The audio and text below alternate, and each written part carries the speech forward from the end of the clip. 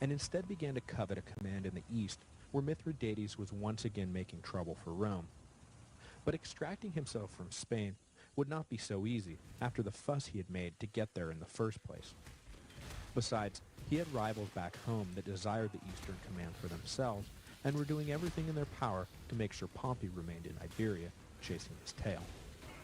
But fortune smiled on Pompey once again, and in 71 BC, Sertorius was assassinated by an ambitious lieutenant who then took command of the rogue army for himself. But this lieutenant was not half the commander Sertorius had been, and in his first encounter with Pompey was defeated easily. Just like that, Pompey had liberated Spain. After lucking into this victory, Pompey took his army back to Italy just in time to luck into some more glory, scooping up for himself a good deal of undeserved credit for ending the slave revolt that had erupted in his absence. And of course, the credit he scooped up came at the expense of Crassus, who had done the yeoman's work in defeating the slave army led by a certain Thracian gladiator. Next week, we'll cover this famous slave revolt, led of course by Spartacus, who at one point stood at the head of 120,000 men and won multiple victories against the pride of the Roman legions. In the aftermath of the revolt, Pompey and Crassus would forge an uneasy alliance while some 5,000 captured slaves were crucified up and down the Appian Way, a lesson to those who would follow in Spartacus's footsteps. Finally, I would like to add that I've made a few changes behind the scenes here at the History of Rome. I've abandoned Blogger, which turned out to be the cause behind all the early episodes not showing up on iTunes, to a new blog at thehistoryofrome.typepad.com. Don't even get me started on what's wrong with WordPress. Also, at the prodding of some generous listeners, I've added a PayPal donation button to the new site. I never expected to gain anything financially from the History of Rome, but a few of you out there have expressed an interest in sending a few appreciative dollars my way for the effort. So, if you find yourself so inclined, there it is. Any amount you choose, Visa and MasterCard accepted, minus whatever the leg breakers at PayPal take as their cut. Thanks to all of you out there who have stuck with the show, and see you next week for Spartacus.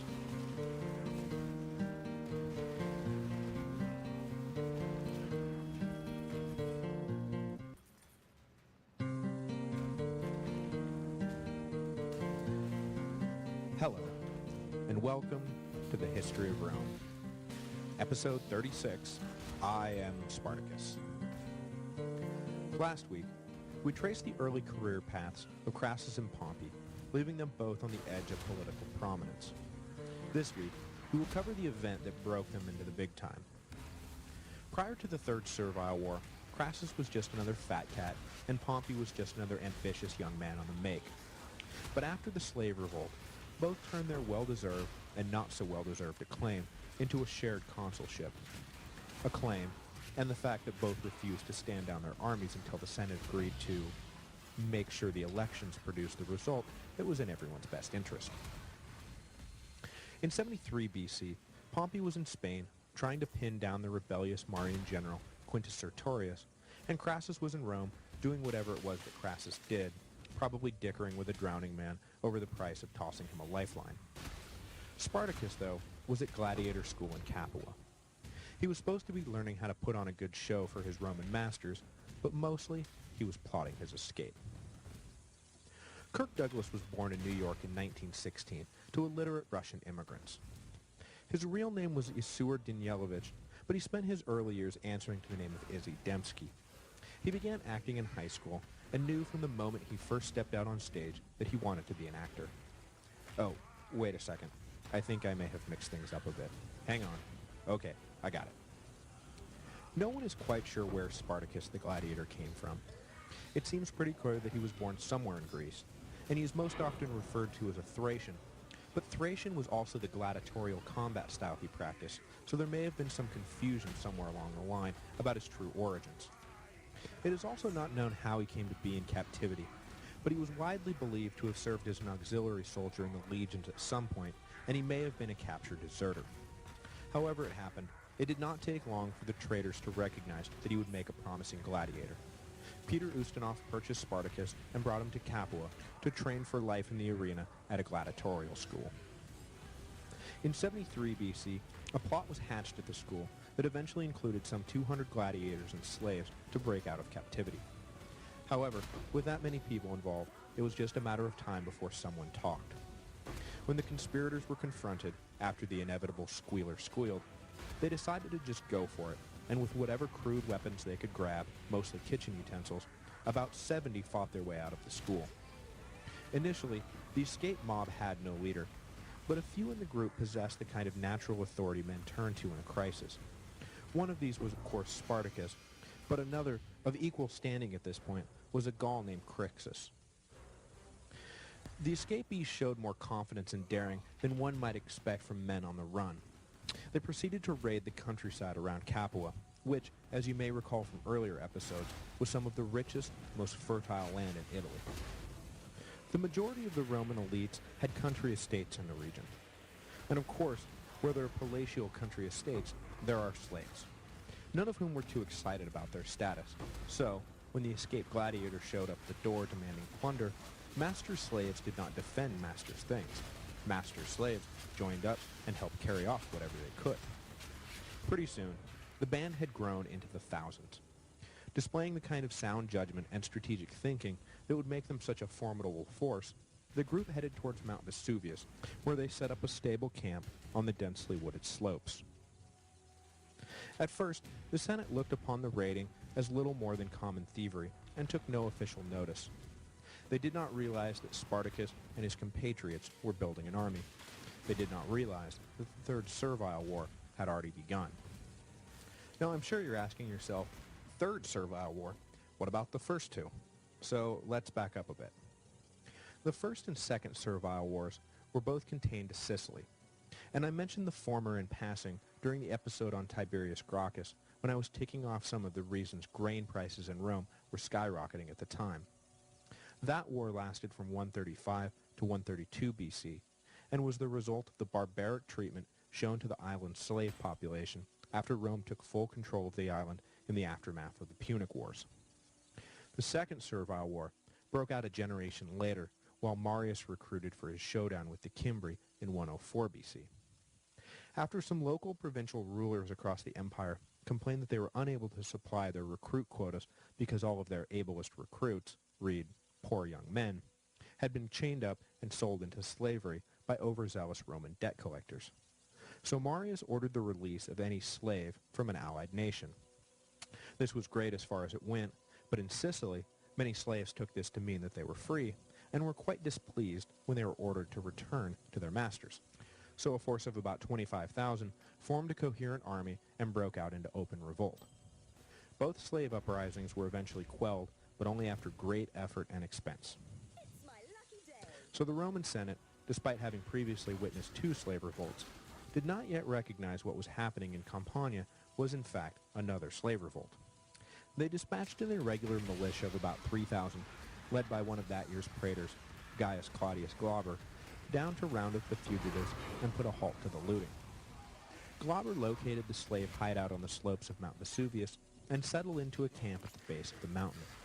Everyone knew there was only one safe way to come down Vesuvius, because the back end of the mountain was all cliffs. The slaves would eventually get hungry, come down to forage, and when they did, the militia would envelop them, and Glauber would be welcomed home a hero. QED. Except that the slave army had no time for conventional wisdom or standard military practice. During the night, they used vines from the trees and handmade ladders to rappel down the sheer cliffs. While Glauber slept, dreams of a consulship dancing in his head, the slaves approached from behind, surprised the militia, and killed them all.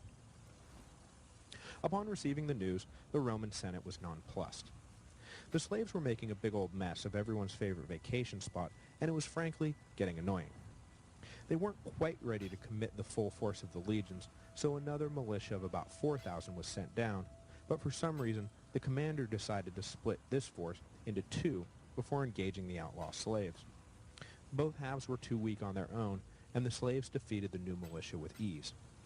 So, not only had the slaves now won 3 successive battles against the Romans, but they also had the armor, weapons, and equipment that had been sent down along with the 7,000 militiamen. Suddenly, they were a true force to be reckoned with, and slaves from across the countryside, men, women, and children, flocked to the growing, now formidable slave army. The 70 who had initially broken out of the gladiator school found themselves backed up by 70,000 of their closest friends. As the winter of 73 BC approached, Rome had a very big problem on its hands, and it wasn't going anywhere anytime soon. The slaves spent the winter continuing to raid the countryside with impunity and, most importantly, train. Their survival now depended on their ability to stand against the Roman legions on the open battlefield. The core group of mostly Gallic gladiators would individually train groups of new recruits to block, parry, thrust, march, and most importantly, follow orders. Those newly trained individuals would then go off and train their own groups, who would, in turn, train yet more groups. Using this exponential system of training, by the time the campaign season of 72 finally came around, the slaves were ready. And it was a good thing, too, because Rome wasn't going to be sending militias this time. No, this time it would be full consular armies. By most accounts, Spartacus's main aim was to make his way north and get out of Italy. His fellow commander Crixus, however, seemed much more enamored with a life spent pillaging the Roman countryside. So while Spartacus led the bulk of the newly minted army north, Crixus peeled off with about 30,000, the plan being for them to stay in southern Italy and suck up whatever wasn't nailed down. His reasoning, I suppose, was that Rome hadn't been able to stop them so far, and now they were stronger and better equipped. So Crixus was going to get his before he retired. But regular legions are not drafted militias, and untested praetors are not seasoned consuls. And Rome had decided the slave revolt was the business at hand for 72 BC, and sent both consuls for the year, Lucius Gellius Publicola and Gnaeus Cornelius Lentulus, at the head of full consular armies to put down what they now finally recognized to be a full-blown revolt. Crixus and his force did not last very long. Gellius caught up with him, and the far more disciplined Romans were able to carve their way through the mostly Germanic infantry with ease. At least two-thirds of Crixus's army was killed in the battle, including Crixus himself. Spartacus, meanwhile, continued to march north towards the Alps. And there are two divergent accounts of what happened next. According to the historian Appian, writing in about 160 AD, Lentulus placed his army between Spartacus and the Alps, while Gellius, fresh off his victory over Crixus, followed Spartacus north. The consuls hoped to trap the slaves between their two armies and crush them. But Spartacus acted quickly and decided to attack Lentulus before Gellius was able to arrive and close the trap. The slave army defeated Lentulus's outnumbered legion, whereupon Spartacus wheeled around when Gellius arrived and beat his army too. Then, just to top things off, the two defeated consular armies regrouped and combined, whereupon Spartacus defeated them again. I call this version Spartacus Totally Rules, starring Spartacus. The Greek historian Plutarch, on the other hand, writing around 100 AD, says simply that Spartacus faced Lentulus and defeated him before meeting and beating another small Roman legion at the foot of the Alps. No mention is made of facing Gellius or the subsequent third battle. My suspicion is that the latter version, which I call probably closer to the truth, was probably closer to the truth. But whatever exactly happened in 72, the sources pretty much agree on what happened next. Crassus entered the picture and brought the Third Servile War to a brutal conclusion. The big gaping hole in the story, though, is having most likely defeated Lentulus, and with nothing standing between him and freedom, why did Spartacus decide to turn around and head back into Italy? And this gets into the real lack of an answer for what the motivations behind the revolt really were. Crixus's motives seemed clear. He wanted to kill Romans and take their stuff. Spartacus obviously had some divergent motivation, or he would have kept the army whole, but if he did, why fight all the way to the Alps just to turn around? We will probably never know why Spartacus turned around, but in any event he did, and the army marched back south. With the failure of the consuls the previous year to get the job done, though Gellius pretty clearly seemed to have done his part, Crassus saw his chance to win some of that glory that had so eluded him by putting down the revolt himself. He convinced the Senate to give him the title of praetor and command of 50,000 troops, more than enough, he said, to defeat the rabble once and for all. Crassus, by all accounts, was a strict disciplinarian, even going so far as to bring back the old tradition of decimation, by which every 10th soldier of a retreating legion is executed. He definitely came from the old school of thought that the soldiers ought to fear their officers more than the enemy. It didn't endear him to anyone, and Crassus never enjoyed the kind of love and adulation that Caesar or Pompey basked in, but at least this time it got the job done. Spartacus led his slave army south, all the way to the very toe of Italy, and began to negotiate for passage across the Straits of Messina to Sicily. Obviously, Sicily had given birth to the first two servile wars, so it seems that Spartacus may have intended to lead a general revolt on the island, acquire new recruits, and, let's say, overthrow the Roman Empire. His wider strategic plans are a complete mystery. All we know is what he did, not why he did it. Being the leader of an outlaw army, he was forced to deal with Sicilian pirates as his only option for ferrying the army off the mainland. But having paid the pirates did what pirates normally do. They took the money and ran. This left Spartacus lighter in the pocketbook, but, more importantly, up the proverbial creek without a paddle. The toe of Italy is not particularly wide, so as Spartacus was trying to flee Italy by sea, Crassus marched his army down to prevent the slaves from backtracking by land. When the pirates betrayed him, Spartacus was trapped. There is some indication that Spartacus attempted to bargain with Crassus at this point, but Crassus would have none of it. He wasn't simply interested in bringing the revolt to an end. He was interested in defeating the slave army militarily. Crassus had more important things to worry about than the ultimate safety of the Roman people. He had his political career to look out for, and he was banking on a great military victory to catapult him into the upper echelon of the nobility. Negotiate? The consulship was just a day's battle away. Spartacus and his army were in desperate straits. Hemmed in by Crassus's legions, word also began to filter through the lines that Roman reinforcements were arriving from the east, and that Pompey had crossed back into Italy and was heading south to aid Crassus. Spartacus decided that they had to break through Crassus's line now, or they would have no hope at all. He concentrated all his strength on one point, and eventually his army was able to break through the line, running at full steam to escape the toe of Italy before the reinforcements could arrive. But the escape effort, combined with the nearly 2 years of continuous struggle and hardship, had finally taken their toll on the unprofessional slave army. 15,000 men were separated from the main force led by Spartacus, and were destroyed by Crassus and his pursuing legions. Discipline broke down in the slave army, as groups began to flee or fight, depending on their own disposition. Realizing that he would not be able to keep his army together for much longer, Spartacus decided to make a last stand. His army turned and threw everything it had at Crassus, but it simply wasn't enough. The majority of the slave army, along with Spartacus himself, were killed in the final battle. Crassus had put down the revolt and stood as the conquering hero of the Third Servile War, and he wouldn't have to share his glory with anybody. Except that about 5,000 slaves had managed to evade capture and continue running north. Pompey was on his way south, with instructions to aid Crassus against the great and terrible slave menace. Not making it in time for the main battle, he instead ran right into these 5,000 fleeing slaves. Exhausted, ill-equipped, and on their last legs, Pompey barely broke a sweat, defeating this last remnant of Spartacus's already defeated army. But, master of PR that he was, Pompey sent a message to the Senate announcing that he, Pompey Magnus, had officially brought the uprising to an end. While the honors were being handed out after the legions returned to Rome, Pompey stood side by side with Crassus, accepting credit for things he very obviously did not deserve credit for.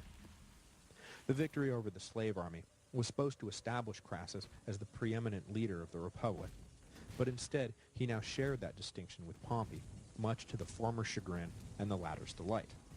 But the enmity Crassus now bore Pompey was not strong enough to make him miss an obvious political opportunity.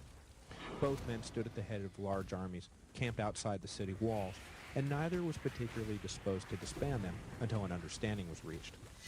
They each knew that the other would be their biggest rival for power, but also that there were dozens of other nobles who fancied themselves the next Sulla. So first, you have to eliminate the pretenders to the throne before you can deal with the real claimants. So Crassus, Pompey, and the Senate agreed that it was in everyone's best interest for Crassus and Pompey to serve as co-consuls for the next year. From there, it would be easy for them to eliminate the weaker competition, before inevitably turning on each other to decide the final fate of Rome. Who knew that some impoverished noble named Julius Caesar would wind up beating them both? The slave revolt led by Spartacus was the last such revolt in Roman history. Crassus would probably tell you that it was the fact that he ordered 6,000 recaptured slaves crucified along the Appian Way as the reason why. You see, though he ordered them crucified, he declined to order that the bodies be removed. The decomposing corpses, then skeletons, served as a stark reminder to slaves everywhere what happens if they forget their place in the world. More likely, though, it was the shifting undercurrents of the Roman economy and Roman politics. The bulk of the Roman wars of territorial expansion, where slaves came from, were now a thing of the past. So not only would there be fewer slaves in the future, but those slaves would inevitably become a more precious commodity. The rampant mistreatment that had characterized the master-slave relationship previously shifted into something more humane. Eventually, in the empire, it would actually become a crime to kill a slave. Imagine that, not being able to destroy your own property. How uncivilized. The declining slave population changed the dynamic. So while slavery was still a terrible thing to endure, it was not so bad that huge armies would spontaneously spring up to threaten the peace. No, for the next few hundred years, it is pretty safe to say that the greatest threat to the peace was not revolting slaves or invading foreign armies, but rather the rampant scheming of ambitious nobles to put themselves in charge of the greatest empire the Western world had ever known. It was a race to see who could kill the 500-year-old republic first, and next week we will cover one of the more infamous plots, deadly in purpose but ultimately hilarious in execution, the conspiracy of Catiline.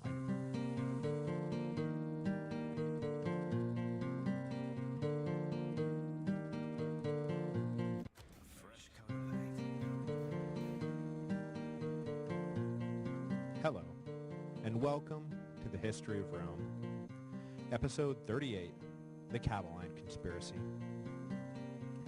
There were dozens of contributing factors to the breakdown of the old Republican order in the 1st century BC, some economic, some administrative, some martial. But what was really at issue was a sickness that had taken hold at the very root of the political system. Until now, the quasi-religious sovereignty of the electoral process and the officials it produced was unquestioned. If you ran for consul and lost, that was it. You had lost. Maybe your political career was dead, and maybe you would run again someday. But you abided by the decision. When the Senate handed down decrees or the tribunes passed laws, maybe you didn't like it, and maybe you did everything in your power to get them repealed, but there was a way things were done. Maybe it entered into your head to do something about those so-and-sos down in the forum, and maybe after too much drink, the conversation turned to topics like assassination and military coups, the latter no doubt a favorite topic amongst landless veterans for the whole of Roman history. But in the morning, everyone sobered up. The inertia of the system was simply too great to overcome. While there is ample evidence of political assassination directed at threats to the old order, the Gracchi being the most famous example, there is scant record of extra-legal killing directed at the old order. But by the 1st century BC, whatever spell that held ambitious men in check when they didn't get their way had been broken. The corruption that had taken hold at all rungs of society, the kickbacks enjoyed by provincial governors, the bribery that secured lucrative posts and favorable court rulings, the cash-for-vote schemes that more and more determined the outcome of elections, had finally reached the heart of the system. An entire generation of men had grown up in the shadow of Marius and Sulla. No amount of democratic whitewashing could hide the truth. Power sprang from the sword. And for those bold enough and strong enough to seize what they could not legitimately earn, it was understood that power had a way of retroactively legitimizing even the most illegitimate of actions. The only rule was power by any means necessary. Because once in power, the rules could be changed, and those who disagreed could be eliminated. Oz the Great and Terrible had been seen through, and the man behind the curtain exposed.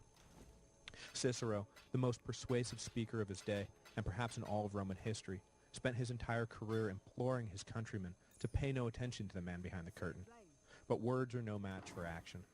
and those of us with the swords, as Pompey so aptly described his brethren, were busy plotting how to kill the man behind the curtain, become the man behind the curtain, and become Rome itself. Rome, the great and terrible. Lucius Sergius Catilina, known to history as Catiline, attempted in 63 BC to kill the man behind the curtain. His half-baked scheme never got off the ground, but his story touches on nearly every major player in the subsequent years of civil war in Rome. And while his plot was foiled, the sheer volume of willing accomplices shocked polite company, and reminded those with similar ambition that one of these days the Republic was going to snap in two, and the important thing was not to save it, but to make sure that you came out on top when the bow finally broke. Catiline was born in 108 BC to an ancient patrician family. While he came from a line of consuls and thus would never be considered a new man, the last of those consuls had served in the 380s BC. So Catiline carried with him all the arrogance of a well-pedigreed aristocrat, while simultaneously bearing the insecurity of knowing his family had been trading on a name that no one in recent memory had done much to earn. This would turn out to be a dangerous combination. Catiline was intent on returning his family to glory. He was bright, energetic, and charismatic, a natural leader, brave in the field, and savvy in the forum. There was no good reason why he should not be able to lead his family out of the political wilderness, and indeed his career began promisingly enough. If only he had been a good man. He entered public life by way of the social wars, serving with distinction under the command of Pompey Strabo, and alongside young Pompey Magnus and the man who would become his arch-rival, Marcus Tullius Cicero. During the years of conflict between Marius and Sulla, Catiline did his best to keep his head down. He was neither important enough to be courted, nor important enough to be disposed of. Semi-obscurity can be your best friend in times of civil strife. But once Sulla returned from the east, Catiline was one of those officially neutral aristocrats who knew which way the winds were blowing, and he publicly backed the incoming dictator. He served in a variety of administrative posts overseas after Sulla's retirement, and the young man seemed well positioned for an honorable career. But as is often the case, the true character of a man will eventually come out, and how he deals with adversity is often the best time to gauge what that true character is. In 73 BC, Catiline was accused of adultery, and not just run-of-the-mill adultery, but adultery committed with a Vestal virgin, a very serious offense. But at the trial, one of the leading men of the day and leader of the aristocratic party testified on behalf of Catiline. Character witnessing was a far more potent legal force in Rome than it is today, and with the word of Quintus Catullus backing him, Catiline was acquitted. Now, why one of the most important men in Rome would put his own name on the line for a minor noble was a curiosity. The Roman chattering classes assumed bribery played a role. So in his first real test, Catiline seems to have chosen to circumvent the rules and subvert Rome's judicial system, rather than directly face whatever consequences he was in store for. It was a pattern that would repeat itself throughout his career. But with the bullet successfully dodged, Catiline went on to serve as praetor in 68 BC, and then pro-praetor in Africa the next 2 years. In 66 BC, he entered his name as a candidate for the consulship, but the censors denied his eligibility. A minor legal technicality barred his entrance into the race, namely that the citizens of Africa were accusing him of abuse of power, of using public resources for private gain, and taking kickbacks. Furiously denying the charges, Catiline was enraged that his name was being dragged through the mud, but there was nothing he could do. He would have to wait until the matter was cleared up to run for consul again. In 65 BC, he stood trial for abuse of power and was once again acquitted when a number of leading men vouched for his character. Shiny, precious character. The skeleton of Catiline's career to this point is a matter of public record, but a few of the more unsavory details are filled in by Cicero in his famous denunciation, and later by the historian Sallust, who painted the entire Catilinian affair as a morality tale, with Catiline starring as the despicable enemy of the public good. So it is sometimes hard to tell how many of his actions were real and how many were embellished or made up out of whole cloth. For example, there is a story of an initial conspiracy that has Catiline planning the murder of half the Senate. And even men at the time believed this episode resided only in Cicero's politically motivated imagination. Certainly Catiline was not connected to any such plot by the time he was allowed to run for the consulship the following year in 64 BC. As much as Cicero seems to have genuinely hated Catiline, he really ought to have cut him some slack. If it hadn't been for Catiline, it is likely that Cicero never would have won election and earned the consulship that he had been striving for his whole life. With Catiline running on a platform of debt cancellation and promising the sun, moon, and stars to any poor sod who would listen, the nobility had no choice but to throw their support behind the provincial novus homo who had an unhealthy obsession with philosophy, Marcus Tullius Cicero. Sure, he was a pleb who was not even a true Roman, but he was the most conservative of the available candidates, and at least argued for the continued dominance of the Senate in political affairs. Cicero had been born in Arpium, 60 miles south of Rome. True, the region had long been a part of Rome, and its population had been granted full citizenship not long after the end of the Second Punic War. But Cicero was never allowed to forget that he was a mere provincial. And not just a provincial, but a pleb provincial. He could trace to no ancestors, and would have to rely on his own drive to battle his way up the Roman political ladder. Luckily, he was one of the most gifted men of his generation. From the start, he was recognized as a brilliant student, and his family made sure that he received the finest education they could afford. Like most of the nobility, he was fluent in both Greek and Latin, and devoured Hellenistic philosophy. More than any other man, Cicero was responsible for the full integration of Greek thought into Roman life, translating mountains of Greek literature into Latin and promoting its study endlessly. As I said at the very beginning of this series, the Romans were never particularly disposed to invention and creativity, but they were masters of co-option and assimilation. In Rome, no good idea went unadopted, and in Greece, Cicero saw good ideas everywhere. But as much as he contributed to the cultural enrichment of Rome, Cicero saw himself primarily as a politician and pointed to his political career above his philosophical or legal pursuits as the achievement he was most proud of. After serving in the legions with resigned ill humor during the Social War, Cicero started his legal career in the 80s BC, quickly garnering a reputation as a great orator. But after defending a man in a murder trial and pointing the finger at a sullen ally, while Sulla still sat on the throne, Cicero took a pragmatic extended tour of Greece until the affair blew over. While in Greece, he was put into contact with the masters of Greek philosophy and rhetoric, and Cicero perfected a unique oratorical style that would make him the acknowledged master of his day. In 75 BC, he was elected quaestor for Sicily and endeared himself to the locals for his relatively honest dealings. They ultimately asked him to take on a politically dangerous case, prosecuting the Roman governor of Sicily on charges of corruption. Cicero finally agreed and spun the trial into his big break, successfully prosecuting the governor, whose corruption far exceeded the acceptable standards of the day. From that point on, he was on the fast track, achieving every step of the cursus honorum in his year, finally winning the consulship in 64 BC for a term to be served the following year.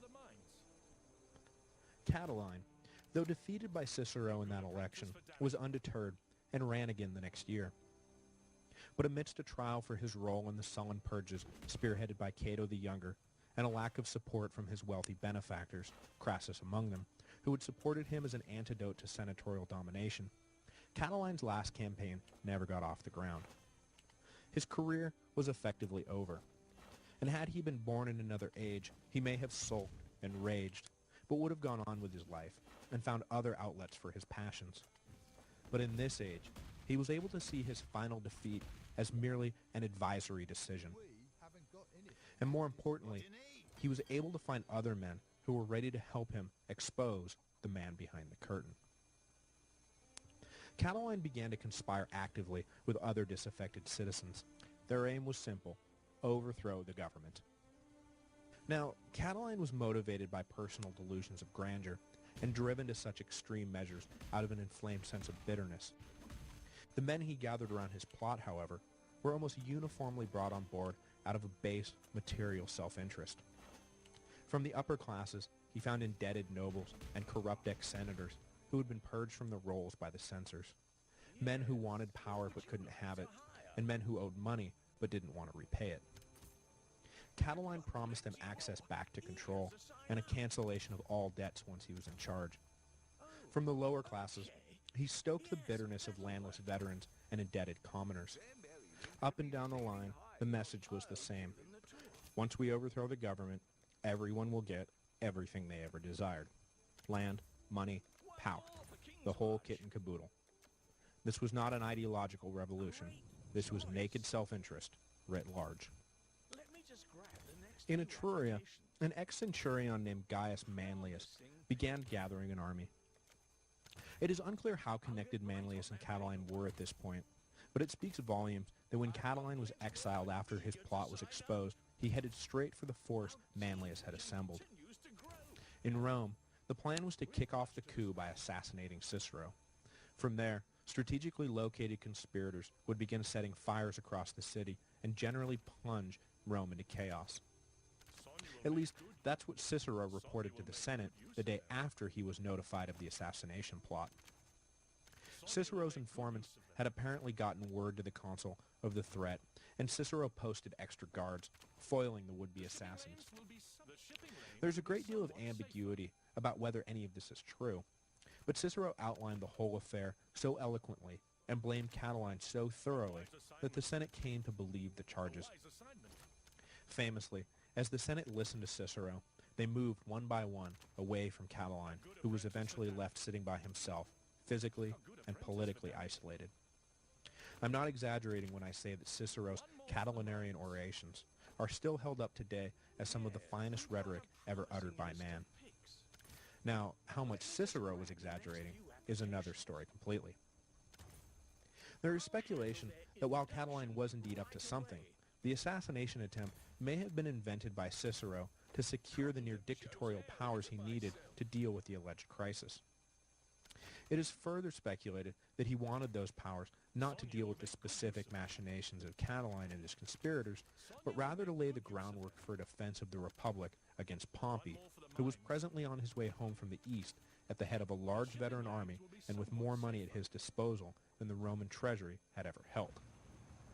Cicero wanted to make sure that any internal strife in Rome was quashed before Pompey returned. Both Marius and Sulla had been able to exploit political divisions in the city in their quest for power. Cicero wanted to deny Pompey a similar opportunity.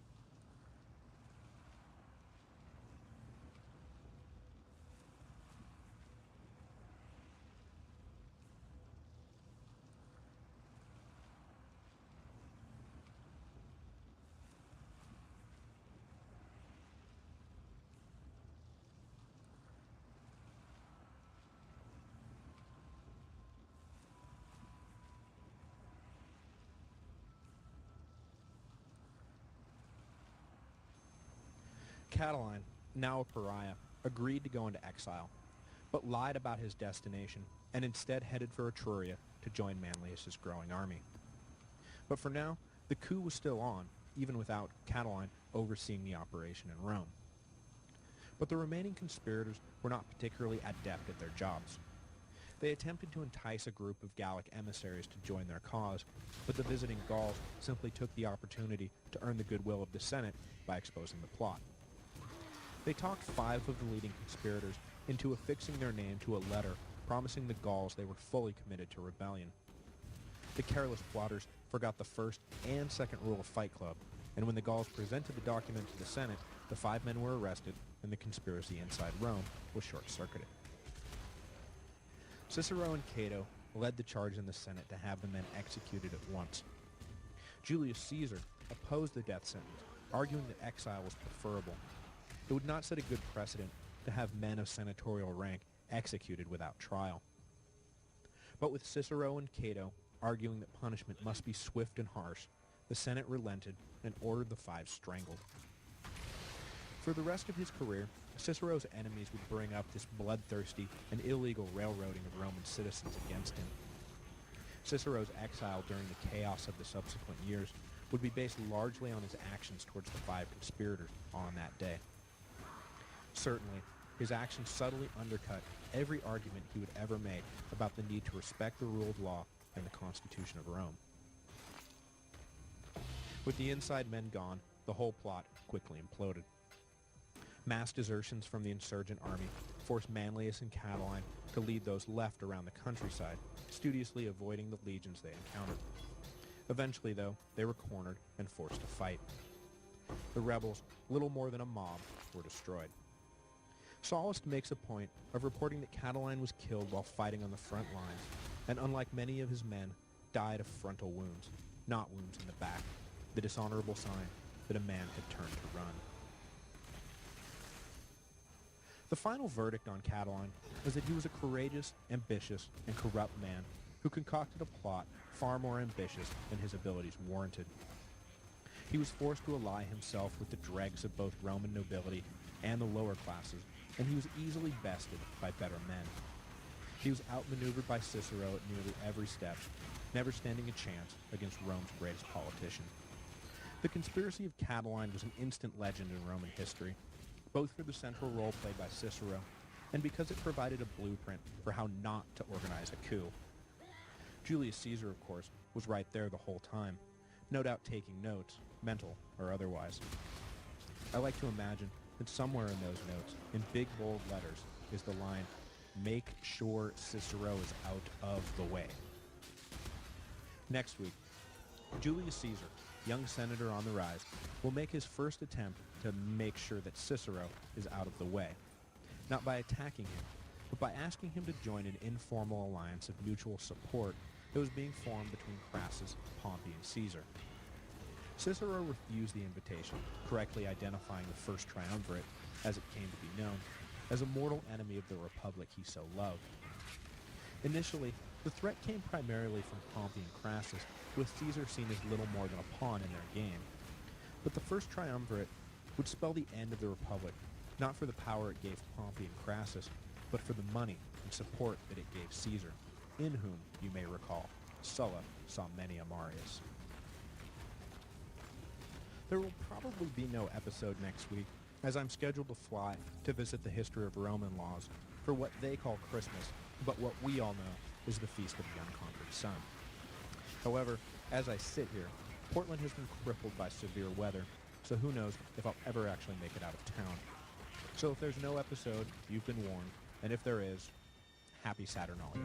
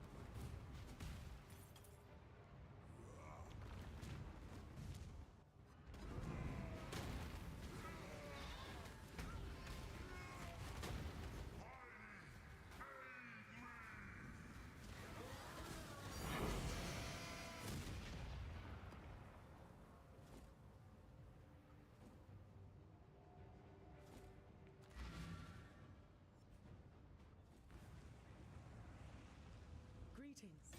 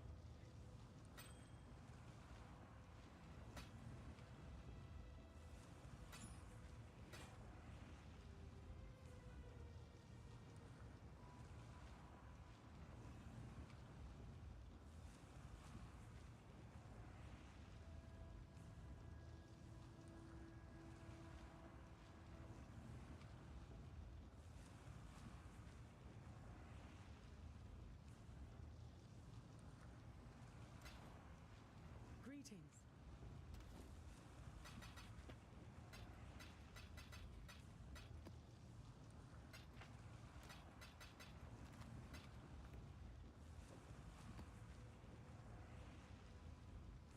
Greetings.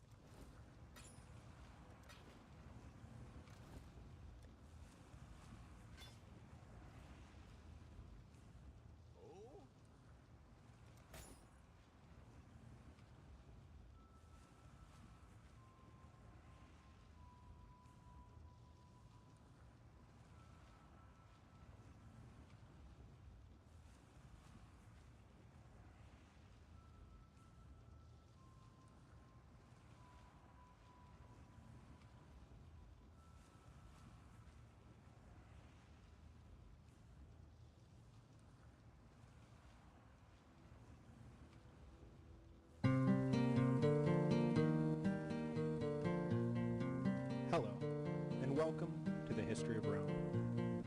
Episode 39, The Young Julius Caesar Chronicles. Last time, we covered Catiline's ill-fated conspiracy during the consulship of Cicero in 63 BC. This week, I want to backtrack a bit and fill in some of the gaps on our way to the formation of the alliance between Pompey, Crassus, and Julius Caesar in 60 BC, now called the First Triumvirate. In the aftermath of Spartacus's slave revolt, Pompey and Crassus had served as co-consuls, and though they functioned well enough publicly, personally, they were bitter rivals. Or at least Crassus was bitter rivals with Pompey. I'm not really sure how much thought Pompey ever gave to Crassus. After their shared consulship, they were glad to be rid of each other. It was not until a decade later that they were brought together again, this time by a man who would soon be consul himself and desperately needed allies in his coming flame war with the Senate, Gaius Julius Caesar. And when I say fill in some gaps, it turns out what I really meant is write a sprawling, double-length episode on Caesar's early career. Gaius Julius Caesar was born in 100 BC into the ancient patrician Julii family. Though the family traced their lineage back to Aeneas, and thus to the goddess Venus herself, they had, in recent generations, fallen on hard times. While they always maintained respectability, they had long since passed to the margins of Roman political life. Caesar's particular branch was on the margins of Roman economic life as well, and the boy grew up in a neighborhood called the Subaru, which was far, both geographically and culturally, from the estates of his fellow patrician nobles on the Palatine Hill.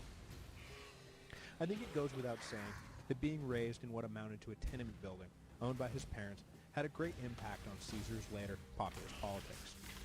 Yes, he had impeccable patrician credentials, but Caesar would always identify himself with the common man and position himself as their champion. His childhood and early career were defined by two women, his mother, Aurelia, and his aunt Julia. With his father, also named Gaius Julius Caesar, forever away on state business and dead by the time Caesar was 15, it was up to his mother to raise him. An intelligent, independent woman, highly regarded in Rome at the time, and held up as the ideal Roman woman by later historians. She came from a family of consuls and made sure that her son had the education and grooming necessary to follow in the footsteps of his maternal forefathers. The other great woman in Caesar's life was his Aunt Julia, who was married to none other than our old friend Gaius Marius. The marriage had been a boon to both families, as Marius needed patrician endorsement to keep his political career moving forward, and the Julii needed the money and fame that Marius brought with him. Though Caesar and Marius probably had limited contact with one another, the marriage joined Caesar at the hip to Marius politically. In some years for better, and in some years, obviously, for the worse. It is a testament, though, to the esteem Julia was held in, that when Sulla returned to Rome, the wife of his worst enemy, and mother of the young man he had so recently defeated on the battlefield, was herself left off the proscription lists. Caesar's first step into public life was very nearly his last. At the age of 16, while Cinna ruled Rome and Sulla was off fighting Mithridates, Caesar was named Flamen Dialis, or Priest of Jupiter. One of the oldest priesthoods in Rome, it was also smothered by archaic and bizarre traditions that, among other things, required the priest to wear a pointed hat at all times, forbade him from seeing a dead body, riding a horse, wearing knots on his clothing, or, critically, being absent from the city for even a single night. It also required that the priest be married to a patrician, so Caesar was arranged to be married to the daughter of Cinna, which, briefly, made him the son-in-law to the most powerful man in Rome. Not that this connection would do him any good personally, of course, as the appointment to the Flamen Dialis precluded any political or military career. Luckily for the ambitious Caesar, the appointment was for life. But really luckily for Caesar, Sulla returned and the appointment was nullified. The new dictator cleared the city of his enemies, and he had no use for Cinna's son-in-law and Marius' nephew in any public position. He demanded further that Caesar divorce Cornelia, Cinna's daughter, but in an act of reckless or bold defiance, depending on your point of view, Caesar refused. After this, Sulla decided that he had no use for Cinna's son-in-law and Marius' nephew, period, and young Caesar found his name on the proscription list. At the age of 19, Caesar ran for his life into the Italian countryside, hiding out with sympathetic relatives and keeping on the move. But in the city, his mother, Representative Vestal Virgins, and allies of Sulla with familial connections to the young fugitive, pleaded with Sulla to remove Caesar's name from the list. Finally, with his hold on power more secure, Sulla let himself be persuaded, and Caesar was allowed to come out of hiding. In 80 BC, the 20-year-old Caesar knew that he was borrowing trouble by remaining in the city, and got himself attached to the military staff of the governor of Asia. He would keep his head down and try to advance his career abroad, at least until Sulla was gone and the coast was truly clear. In Asia, Caesar served with distinction and was awarded the civic crown for his role in winning the siege of Mytilene. For the rest of his life, whenever he wore the simple oak wreath, all men, from the lowliest beggar to the greatest senator, would be required to stand when he entered a public festival. Caesar loved wearing the crown, delighting in how much it annoyed his senatorial enemies, to stand respectfully in acknowledgement of what a brave soldier and all-around wonderful guy he was. But the siege of Mytilene would also prove the source of persistent glee for those same enemies. In order to break the resistance of the city, which was located on Turkey's Aegean coast, the Romans needed naval reinforcement. Caesar was sent to Bithynia to request aid from King Nicomedes, who, you will recall, will die in a few years, leaving his kingdom to Rome and touching off the last Mithridatic War. But Caesar seems to have done a little too well on his mission, and lingered a little too long in Bithynia while doing it, and rumors began to fly that he had carried on an affair with King Nicomedes. Caesar denied it all his life, but it did not stop his enemies from referring to him as the Queen of Bithynia, nor did it stop graffiti from later showing up on the walls of Rome that read, "Caesar conquered Gaul, but Nicomedes conquered Caesar." When Sulla died in 78 BC, it was finally safe for Caesar in Rome, so he returned from Asia and began a legal career that would fill his time and enhance his reputation while he waited to begin the climb up the cursus honorum. Like Cicero, Caesar would make a name for himself as a distinguished orator, while combating the excessive corruption of greedy proconsuls. But unlike Cicero, his efforts were largely wasted on losing efforts, and his words were no match for the bribes his defendants used in order to avoid prosecution. But win or losing mattered little to Caesar in the long run. It was only important that powerful men acknowledged his oratorical skill, and that unimportant men knew that he was on their side. In an effort to build on his natural rhetorical talent, Caesar arranged to be tutored in Rhodes by the same master Greek who had brought Cicero's skills to such great heights. but he never reached the city. Along the way, his ship was attacked by Cilician pirates. Caesar was captured and held for ransom, a typical and lucrative practice among the pirates of the day. The pirates took a liking to their hostage almost immediately. Discovering that they were asking only 20 talents for him, Caesar was outraged and demanded that they ask for no less than 50. The pirates agreed to this humorous demand, and Caesar sent away a few of his slaves to collect the money. For the next 40 days, Caesar lived with the pirates, never once showing any sign of the terror the pirates were used to seeing in their victims. He ate his meals with them, participated in athletic contests, demanded that they keep it down while he was trying to sleep, and generally acted as if the whole affair was no big deal. He also joked that when he was free, he was going to raise a fleet, come back, and crucify the whole lot of them. They laughed, of course, but when the ransom was paid and Caesar was let go, he immediately raised a fleet and did just that. He returned to his place of capture, sacked the hideout, and mercilessly crucified his former captors. Well, I shouldn't say mercilessly. He did slit their throats before posting them on the cross. Caesar remained in Asia after his pirate adventure and raised a local militia to help defend Roman interests from the allies of Mithridates, but was recalled to Rome in 73 to join a spot in the priesthood vacated by his recently deceased cousin. Unlike the restrictive Flamen Dialis, this new priesthood carried with it no arcane restrictions, and in the same year, Caesar was elected military tribune, his first official step in the cursus honorum. It is likely, though not verified, that Caesar served in Crassus's legions during the slave revolt during this time. In 69, he took his next step and was elected quaestor for a term to be served in Spain. But before he left, he was hit with a tragedy. His Aunt Julia passed away. And in response, the bold and unpredictable young man was, well, bold and unpredictable. It was customary for the head of the household, Caesar in this case, to deliver a funeral oration in the forum for the deceased matron.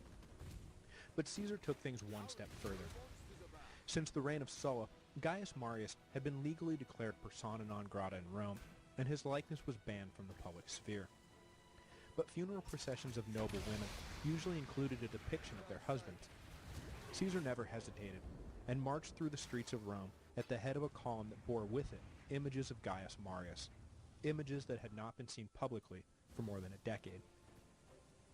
Throughout the city, citizens and former soldiers began remembering Marius not for what he was in his final years, but for the great man who had picked beggars up from the slums and made them honorable soldiers, who had ended the needlessly extended war with Jugurtha, and who had defeated the invading Gauls. This procession marked the beginning of Marius' rehabilitation, and earned Caesar much acclaim from the common people for whom Marius had done so much. The conservative Senate, who would have been fine never hearing the name Marius again, were annoyed, but there was little they could do to censor Caesar after the outpouring of goodwill from the masses. But that wouldn't be the only tragedy that befell Caesar, nor the last time the people would embrace him before he left for Spain. Not long after Julia's death, Cornelia, the wife Caesar had defied Sulla to stand beside, suddenly died. There were traditions dictating who deserved funeral orations in the forum, and young women almost never qualified for the honor. But Caesar defied convention and delivered a moving eulogy for Cornelia. Whether it was his intention or just a lucky byproduct, the common people of Rome were moved by his obvious grief-stricken love. This was not just another stoic noble. This was a man with a heart, a man of passion. They loved him for it. Eventually Caesar did make it to Spain, and while there, began to set up a network of clients, subjects, and allies that would serve him well for the rest of his career. Wherever he went, Caesar brought with him a reputation for fair dealing, competent administration, and mercy. He always governed with a stern but understanding hand. When Spanish debtors were being hounded into insolvency by their Roman creditors, for example, Caesar managed to broker a deal limiting the allowed wage garnishment percentage. But in his apparent populism, Caesar was savvy enough not to alienate the lenders who were A, the men who could make or break his further political career, and B, the very men who Caesar would be borrowing money from to advance that political career. The wage garnishment limit was thus set at 66%, enough that the lenders did not feel cheated, but not so much that the borrowers were run out of their homes. It was the kind of practical administrative decision-making that was the hallmark of Caesar's career. Much is made of his military acumen, but he was as deft with legislation as he was with the sword.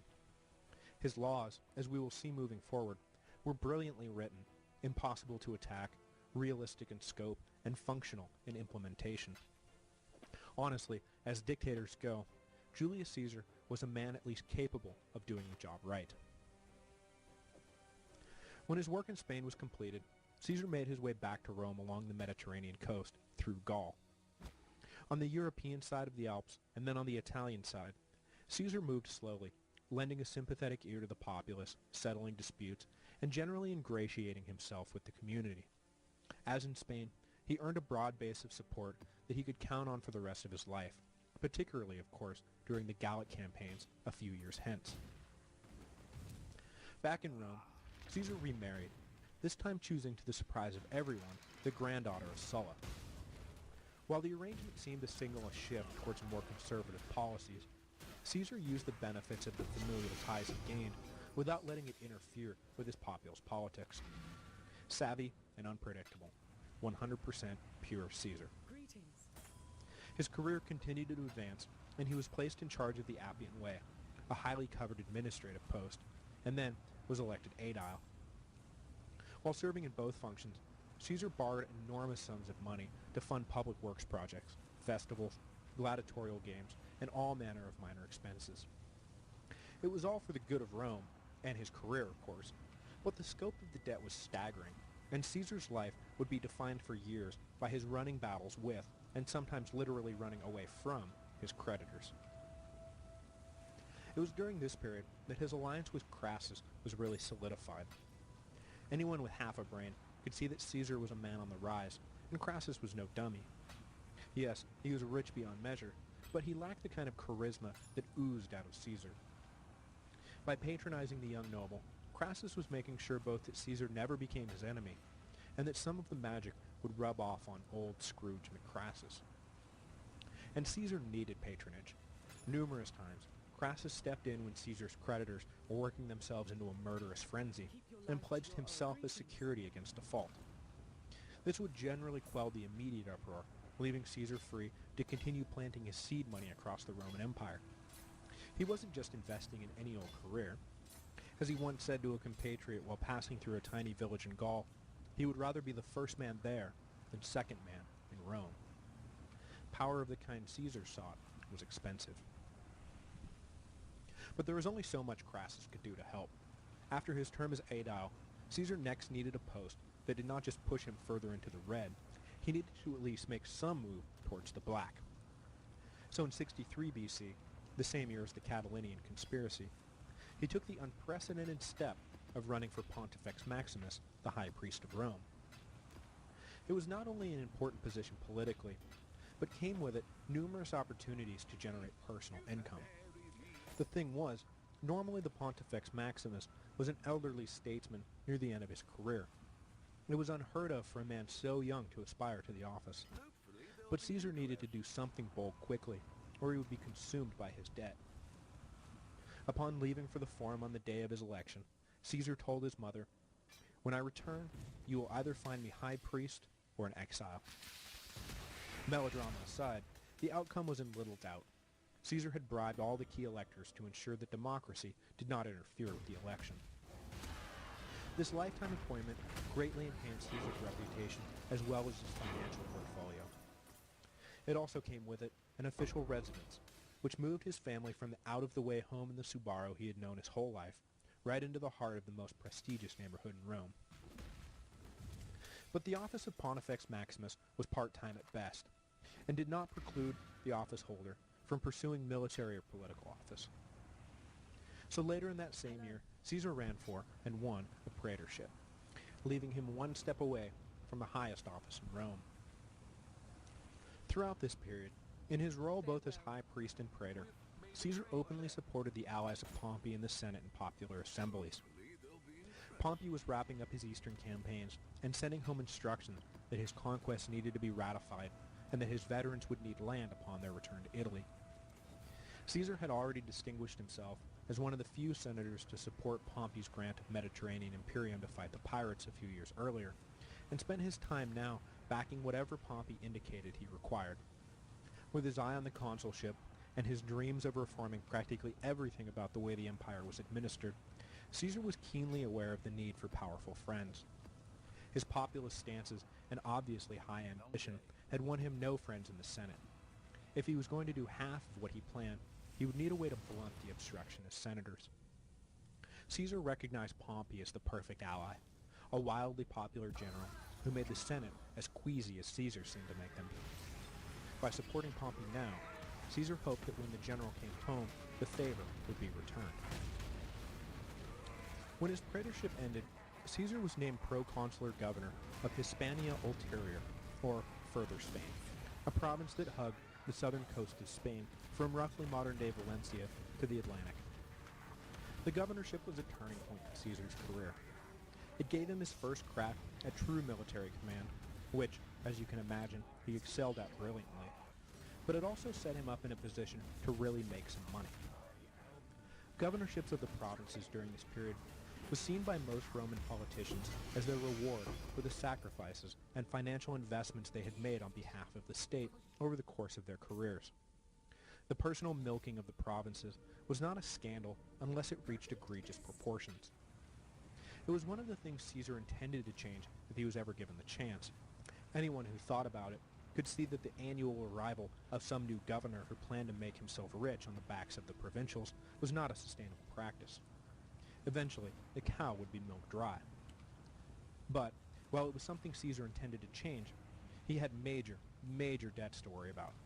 So upon arrival, he promptly picked a fight with the hill tribes in the west that had never been fully pacified and drove them off, seizing the lucrative silver mines they control at the same time. This meant more revenue for the state, massive amounts of cash for Caesar himself, and, bonus, territorial expansion for the empire, the thing that triumphs are made of. And upon completion of this little war in Spain, Caesar demanded just that. The Senate had no desire to grant Caesar his triumph, but there was no denying what he had accomplished. But Caesar further indicated that he intended to run for the consulship that year as well. The prospect of the wildly popular Caesar returning in triumph from Spain and immediately taking the reins of power petrified the Senate. But what could they do?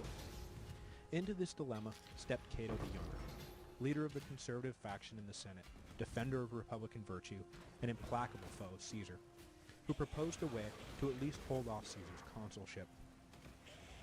In order to qualify for candidacy, a man had to be physically present in Rome. But if a returning general entered the city before his triumph, the honor was nullified and the great victory parade canceled.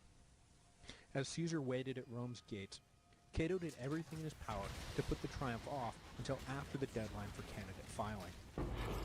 Caesar asked for an exception to the rule, but the request was denied. Cato went so far as to filibuster all business on the final day of the senatorial session to prevent the triumph from being scheduled prior to the deadline. Cato left that evening feeling quite satisfied with himself. Surely vain Caesar would not pass up an opportunity for a triumph, which may only come around once in a lifetime, just to run for an office he was destined to win anyway. Imagine his shock when Caesar, bold and unpredictable Caesar, abandoned his opportunity for a triumph and entered the city. He would stand for election that year, an election he would win handily to serve as consul of Rome in 59 BC. Next week, we will delve into Caesar's eventful term in office, the reforms he tried to implement, and the reforms the Senate did everything in their power to block. But Caesar's support of Pompey did indeed pay off, and his long-standing relationship with Crassus was formalized in a secret pact to push forward the aims of all three men. The secret pact did not remain secret for long, though, for when Caesar stood before the popular assembly in order to bypass the opposition Senate, he was flanked by both Pompey and Crassus. It was instantly clear that the three most powerful men in Rome were working together, and as the masses cheered, the Senate cringed. How in the world could they stop this political juggernaut?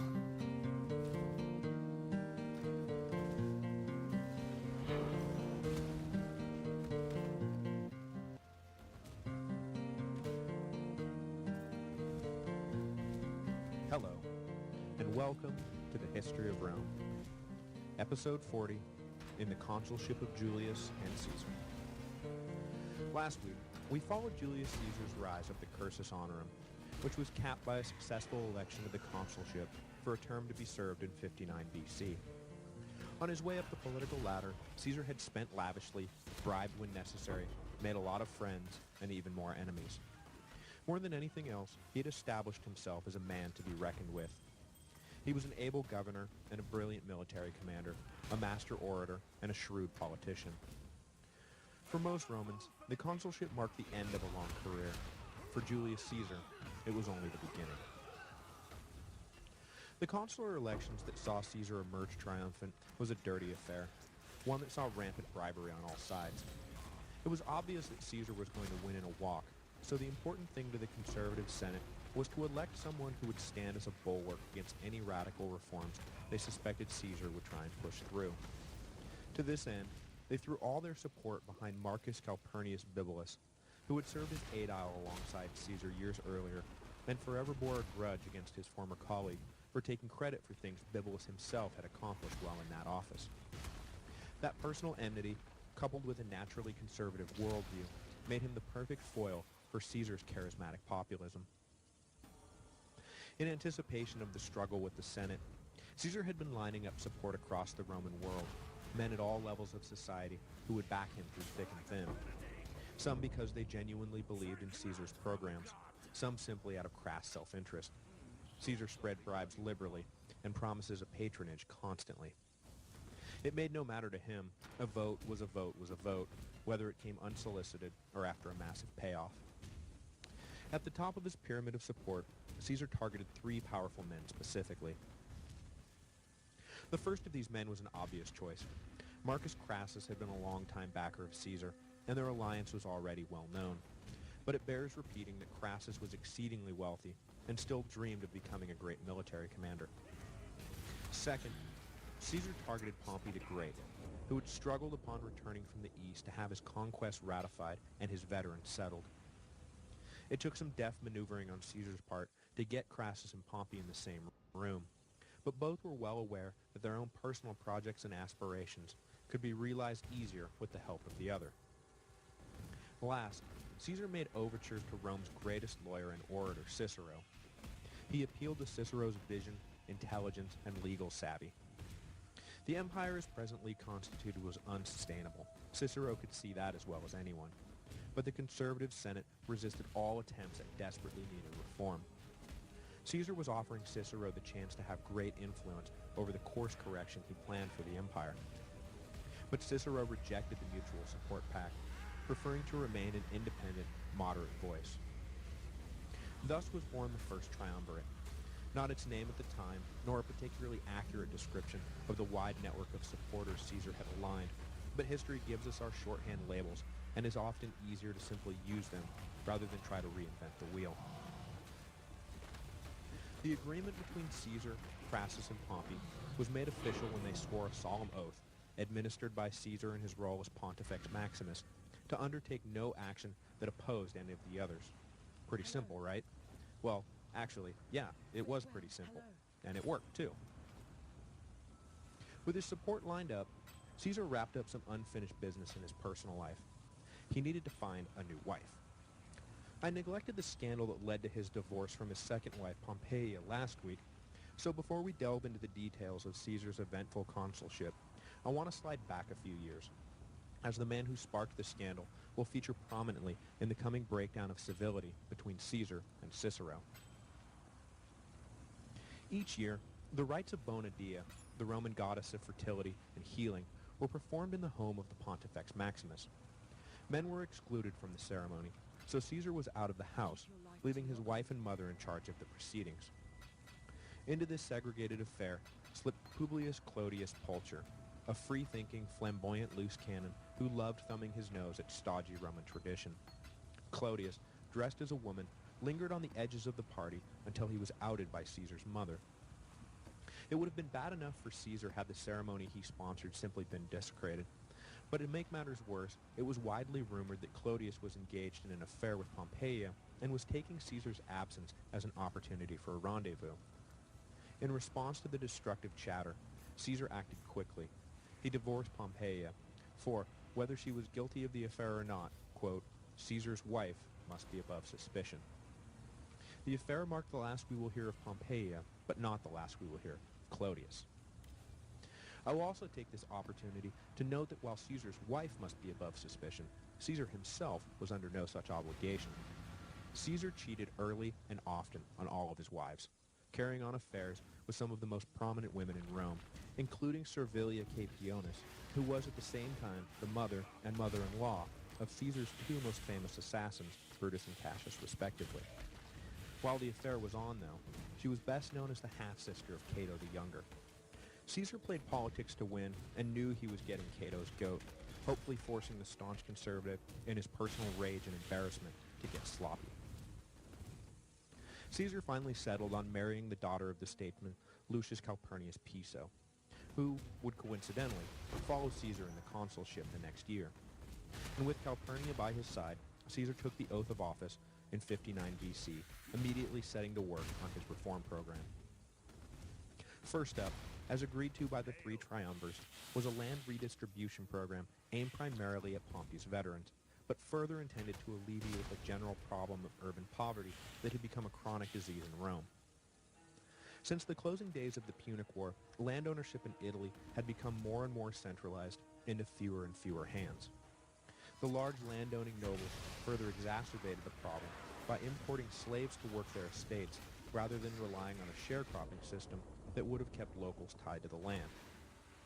These displaced ex-farmers flooded into Rome, putting enormous strain on the treasury and contributing to a general atmosphere of lawlessness in the growing slums and housing projects.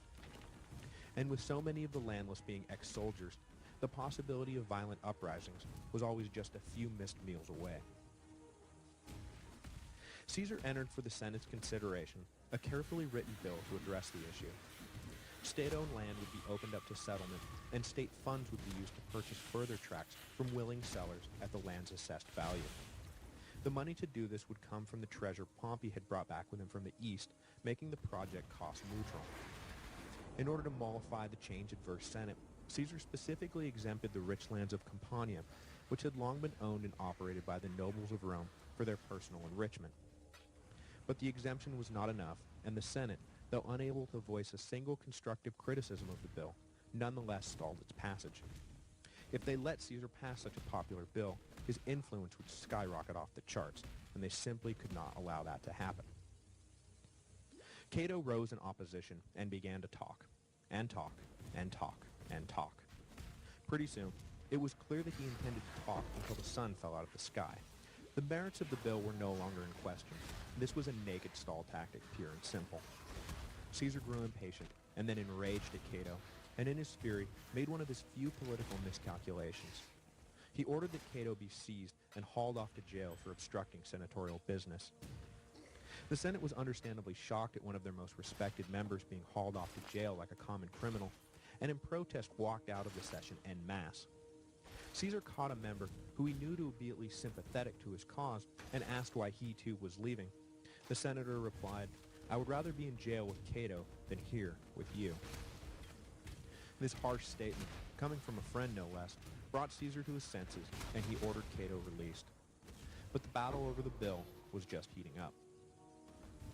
When the Senate reconvened, Caesar announced that because the Senate was obviously intent on blocking the bill, no matter its merits, he would take his legislation, and all future legislation, directly to the people's assemblies. Now, at this point, the Senate simply knew that Caesar was a popular and charismatic politician. What they did not know about was the triumvirate alliance, and that he had the power and resources to make good on his threat to bypass them completely from here on out. But the next day, as Caesar stood before the popular assembly, an assembly packed with Pompey's veterans, the Senate was in for a rude awakening. Standing beside Caesar were Crassus and Pompey. And when Pompey strode forward and announced his intention to back the legislation, with his sword if necessary, to the roaring approval of the crowd, the Senate realized the whole ballgame had changed behind their backs. The secret pact was now out in the open. The question was, could the Senate do anything about it? Bibulus, Caesar's co-consul, swore to do everything in his power to prevent the bill from passing, despite the jeers and threats that rained down on his head by the increasingly unruly mob. Clearly this was not a time for open confrontation, so Bibulus beat a hasty retreat to plan his next move. What he came up with was sneakily brilliant, obviously an abuse of power, but technically an insurmountable hurdle to Caesar's entire program. One of the functions of the consul is to decide which days over the course of the year will be considered holy days, on which no public business can be transacted. With the help of some conservative tribunes, Bibulus simply declared that every day left in his and Caesar's consulship was a holy day. Public business would be shuttered for the rest of the year. It was ridiculous, of course, and everyone saw it for what it was, but there was little Caesar could do about it. Without a legal leg to stand on, though, Caesar refused to be deterred. He pressed on for a vote on the land bill anyway, and decided to deal with the legal implications later. The people, at least, were with him. On the day of the vote, Caesar packed the forum with allies, and victory was never in any doubt. But Bibulus, much to the surprise of everyone, strode right into the belly of the beast and began denouncing the bill and declaring the proceedings illegal. The mob erupted in anger. Bibulus and his lictors were assaulted. A bucket of manure was dumped on the consul's head, and most importantly, his fasces, the symbol of consular authority, were broken. Bibulus fled from the scene. From that point on, he essentially retired from public life, spending the remainder of his consulship holed up in his house, refusing to come out. This was the origin of the satirical Roman quip that events of the year took place in the consulship of Julius and Caesar. With the opposition out of the way, the bill passed, and a land commission was created to oversee the redistribution. To ensure that there would be no conflicts of interest, Caesar declared that he would not take an active role in the project. Crassus and Pompey, however, both agreed to the honor of serving the people as commissioners. Nope, no conflicts of interest there. After the law took effect, however, it was clear that there was not enough land to fill all the requests. So, possibly for practical reasons, and almost certainly for personal ones, Caesar announced that he was granting the new land commission purview over Campania, aka the Senate's backyard, just as he had promised not to do. Perhaps if the Senate had joined with me in the initial stages of the legislation and not ignored the will of the people for so long, etc., etc. Next up on Caesar's list was the ratification of Pompey's eastern campaign. The incorporation of Syria as a province and the treaties Pompey signed with new client states needed approval by the Senate to officially go into effect. Time had been of the essence for a while now, as these territories directly bordered the Parthian Empire. If things were left in doubt for too long, it was likely the Parthians would take advantage of the uncertainty and reverse the gains Pompey had made on Rome's behalf. The Senate, cowed by Caesar, and knowing full well they should have taken care of this business years ago anyway, ratified all of Pompey's actions. But this victory left Caesar with a problem. Everything Pompey hoped to gain by joining the triumvirate had been gained. His men had land, and his conquests were legal. In anticipation of this inevitability, Caesar offered Pompey his daughter Julia in marriage. Pompey agreed to the arrangement, and just like that, Caesar became Pompey's father-in-law. The man who was to become Julia's husband was shocked when his prospective bride was pulled out from under him, but Pompey offered his daughter to the young man in exchange. All of this prompted Cato to spit that it was disgusting how Roman power was now based on the trading of women. By all accounts, though, the marriage between Pompey and Julia was a happy arrangement, full of genuine love. And as hard as it is to believe today, this genuine love actually raised eyebrows in the aristocracy of Rome, and Pompey was subjected to endless jokes. Get a load of Pompey, he actually loves his wife. Caesar's final piece of legislation proved to be perhaps his greatest legacy, the Lex Julia de Repetundici, the Julian Law of Extortion. It was a voluminous and detailed set of rules governing the do's and don'ts of provincial administration. It set the ground rules and guidelines for the acceptance of gifts and set limits on the amount that a governor could personally benefit from his term in office. With one sweeping bill, Caesar modernized imperial administration overnight and brought the rule of law to a corrupt and inefficient system, if it could even be called a system. The Lex Julia was a huge success and remained in effect with few additions or subtractions long into the Byzantine age. Though it was obvious that Caesar was undertaking much-needed reform, his term in office also showed he was willing to ignore laws, tradition, and common decency to get his way. The assault on Bibulus was particularly troubling to Cicero, who began to shift away from moderate accommodation of Caesar to a more confrontational posture. While arguing in defense of his ex-co-consul against a corruption charge backed by Caesar, Cicero took the opportunity to stray from the facts of the case into a broad indictment of Caesar and his tactics. Caesar was furious at what he perceived to be Cicero's betrayal. He had always done his best to cultivate a cordial relationship with the great lawyer and seemed to actually respect Cicero. Now, the master orator was suddenly turning his considerable skill against Caesar, and it was too much for him to let go. In retaliation, Caesar decided to cut loose Clodius, he of the Bona Dea scandal. Clodius was a rabid opponent of all things conservative and bore a special hatred for the pompous and vain Cicero. But because of the enemies he had made over the years, the patrician Clodius found himself publicly blacklisted from pursuing high office. So he hatched a plan to throw away his patrician status, an unthinkable act, so he become tribune of the plebs. The fix was simple. He just needed to be formally adopted by a pleb. Thus, as lineage was patriarchal, he would immediately cease to be a patrician. But he couldn't find anyone willing to make his proposed adoption legal. After Cicero's scathing indictment, however, Caesar, as Pontifex Maximus and consul, decided to validate Clodius's adoption. The iconoclastic loose cannon was adopted by a pleb half his age and immediately announced his candidacy for the tribunate. Once he had some power at his disposal, he planned to unleash the full brunt of it on Cicero and against anything else he deemed decadent and worthless. Caesar hoped to maintain some influence over Clodius, but it would soon become clear that having attained the tribunate, Clodius considered himself beholden to no one. With his consulship winding down, Caesar had two overarching concerns. First, he had to ensure that his reforms, now enacted, would not immediately be repealed, and second, he had to make sure that he was protected from personal prosecution.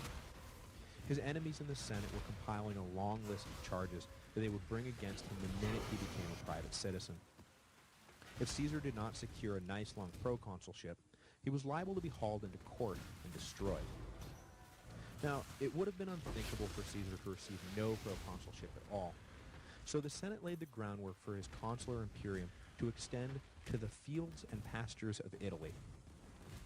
It would have been an embarrassing assignment and would have denied Caesar access to both personal enrichment and military command. They intended for Caesar to command the streams of Italy for a year and then return to Rome a private citizen, whereupon they would crucify him, perhaps literally. Toward the first major concern, securing the continuation of his new laws, Caesar took two steps. First, he ensured that his new father-in-law would be elected consul the next year. Caesar could then rest assured knowing he would leave office with a staunch ally standing ready to veto any attempt to alter his laws.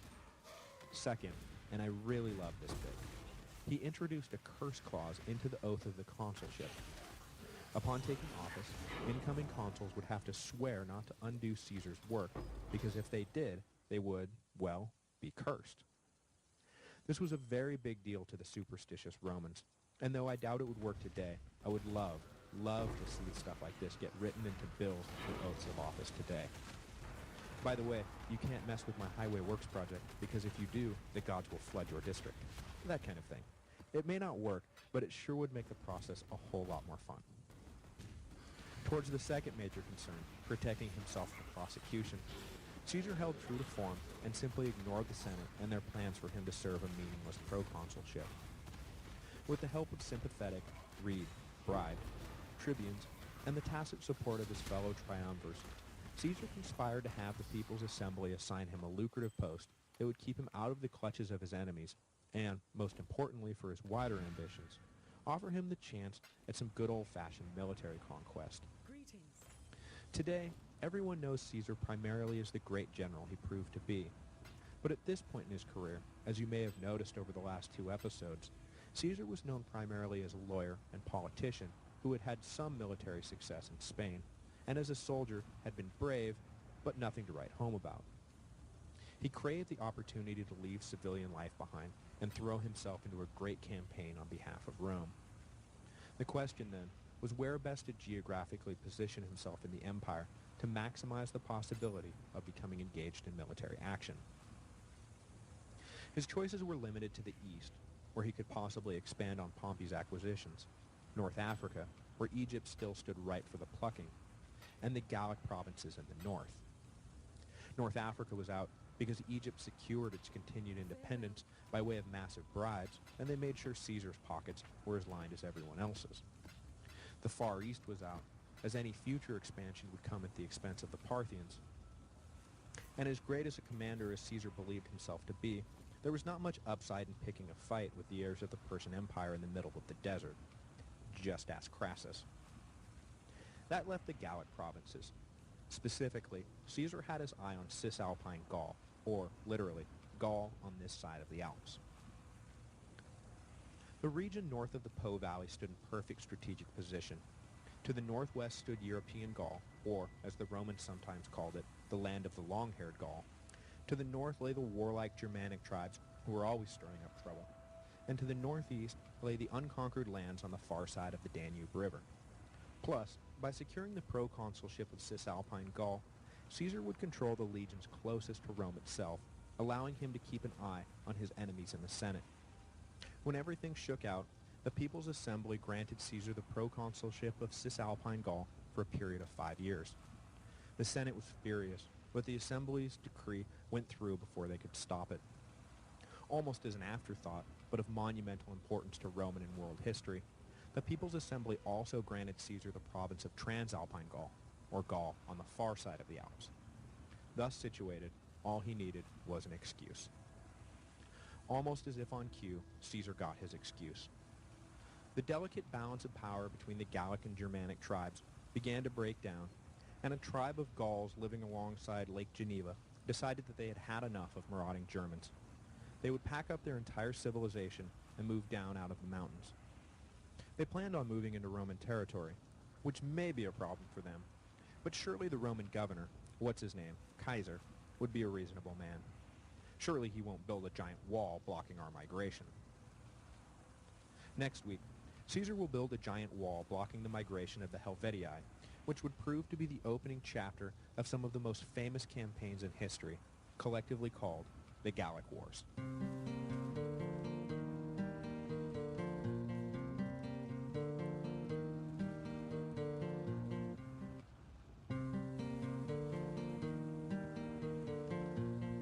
Hello, and welcome to the History of Rome.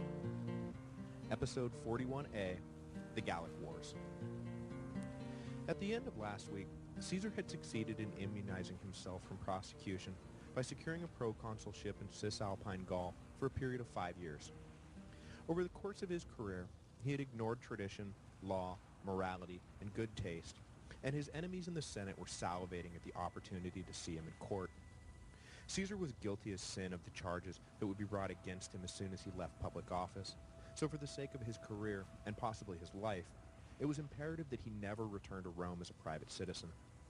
As we will see, it was this legal axe hanging over his head as much as anything else that led him to cross the Rubicon in that fateful year of 49 BC. But that was still a decade away. Now, in the year 58 BC, Caesar took over the governorship of Gaul, setting the stage for one of the most famous military campaigns in history. And not to take anything away from the skill and daring Caesar displayed while in Gaul, but the real reason the Gallic Wars are so famous is because Caesar wanted them to be famous.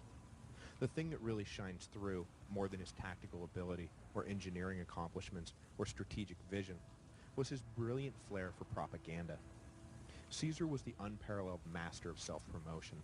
That his commentaries on the war in Gaul is still required reading for Latin language courses today speaks for itself.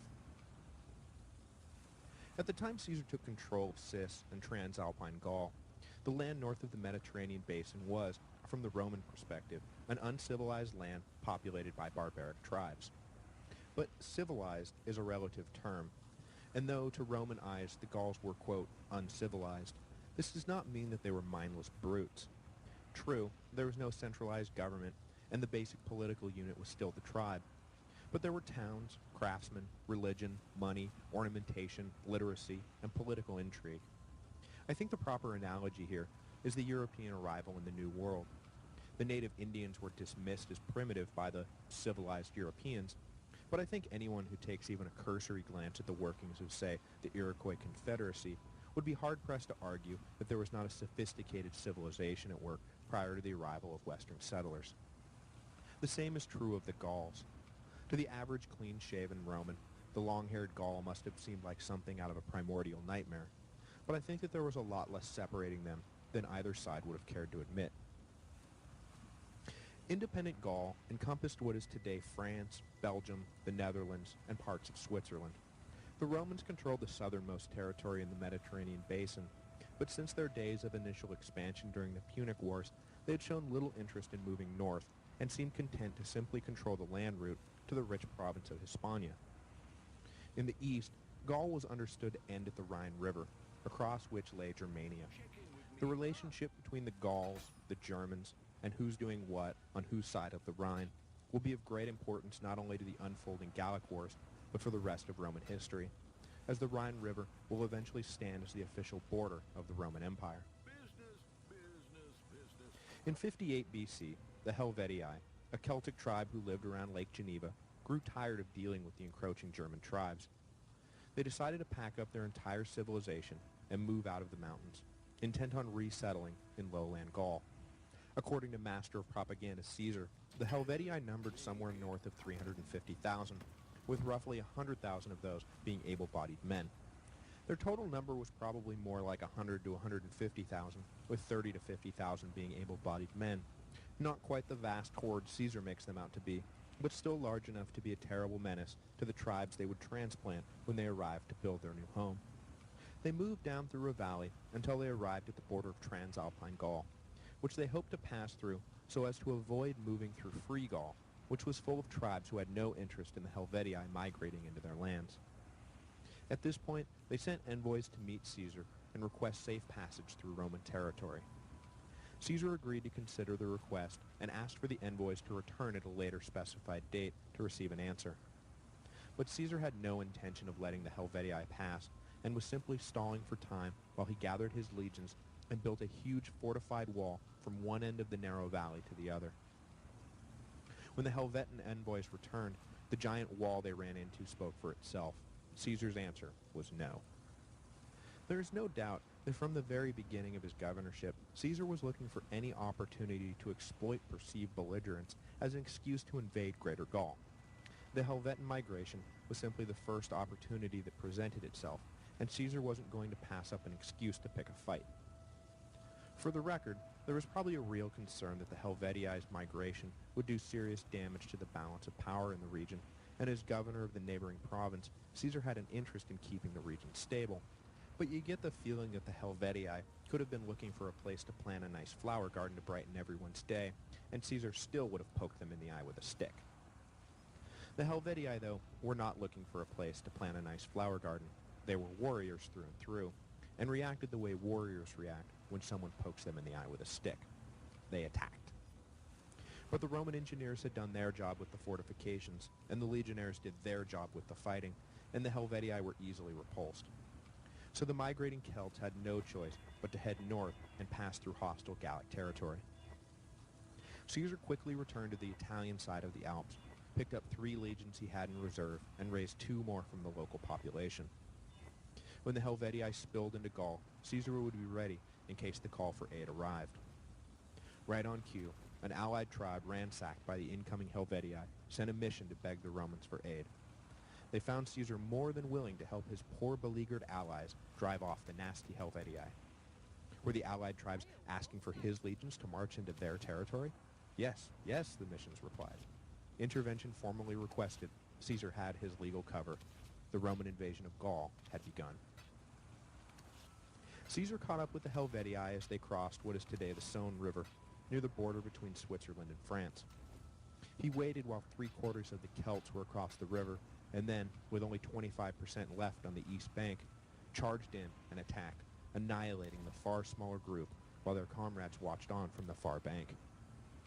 The Helvetans were incensed at this cowardly move. Their sense of honor demanded open conflict between 2 armies, with lots of opportunities for individual bravery.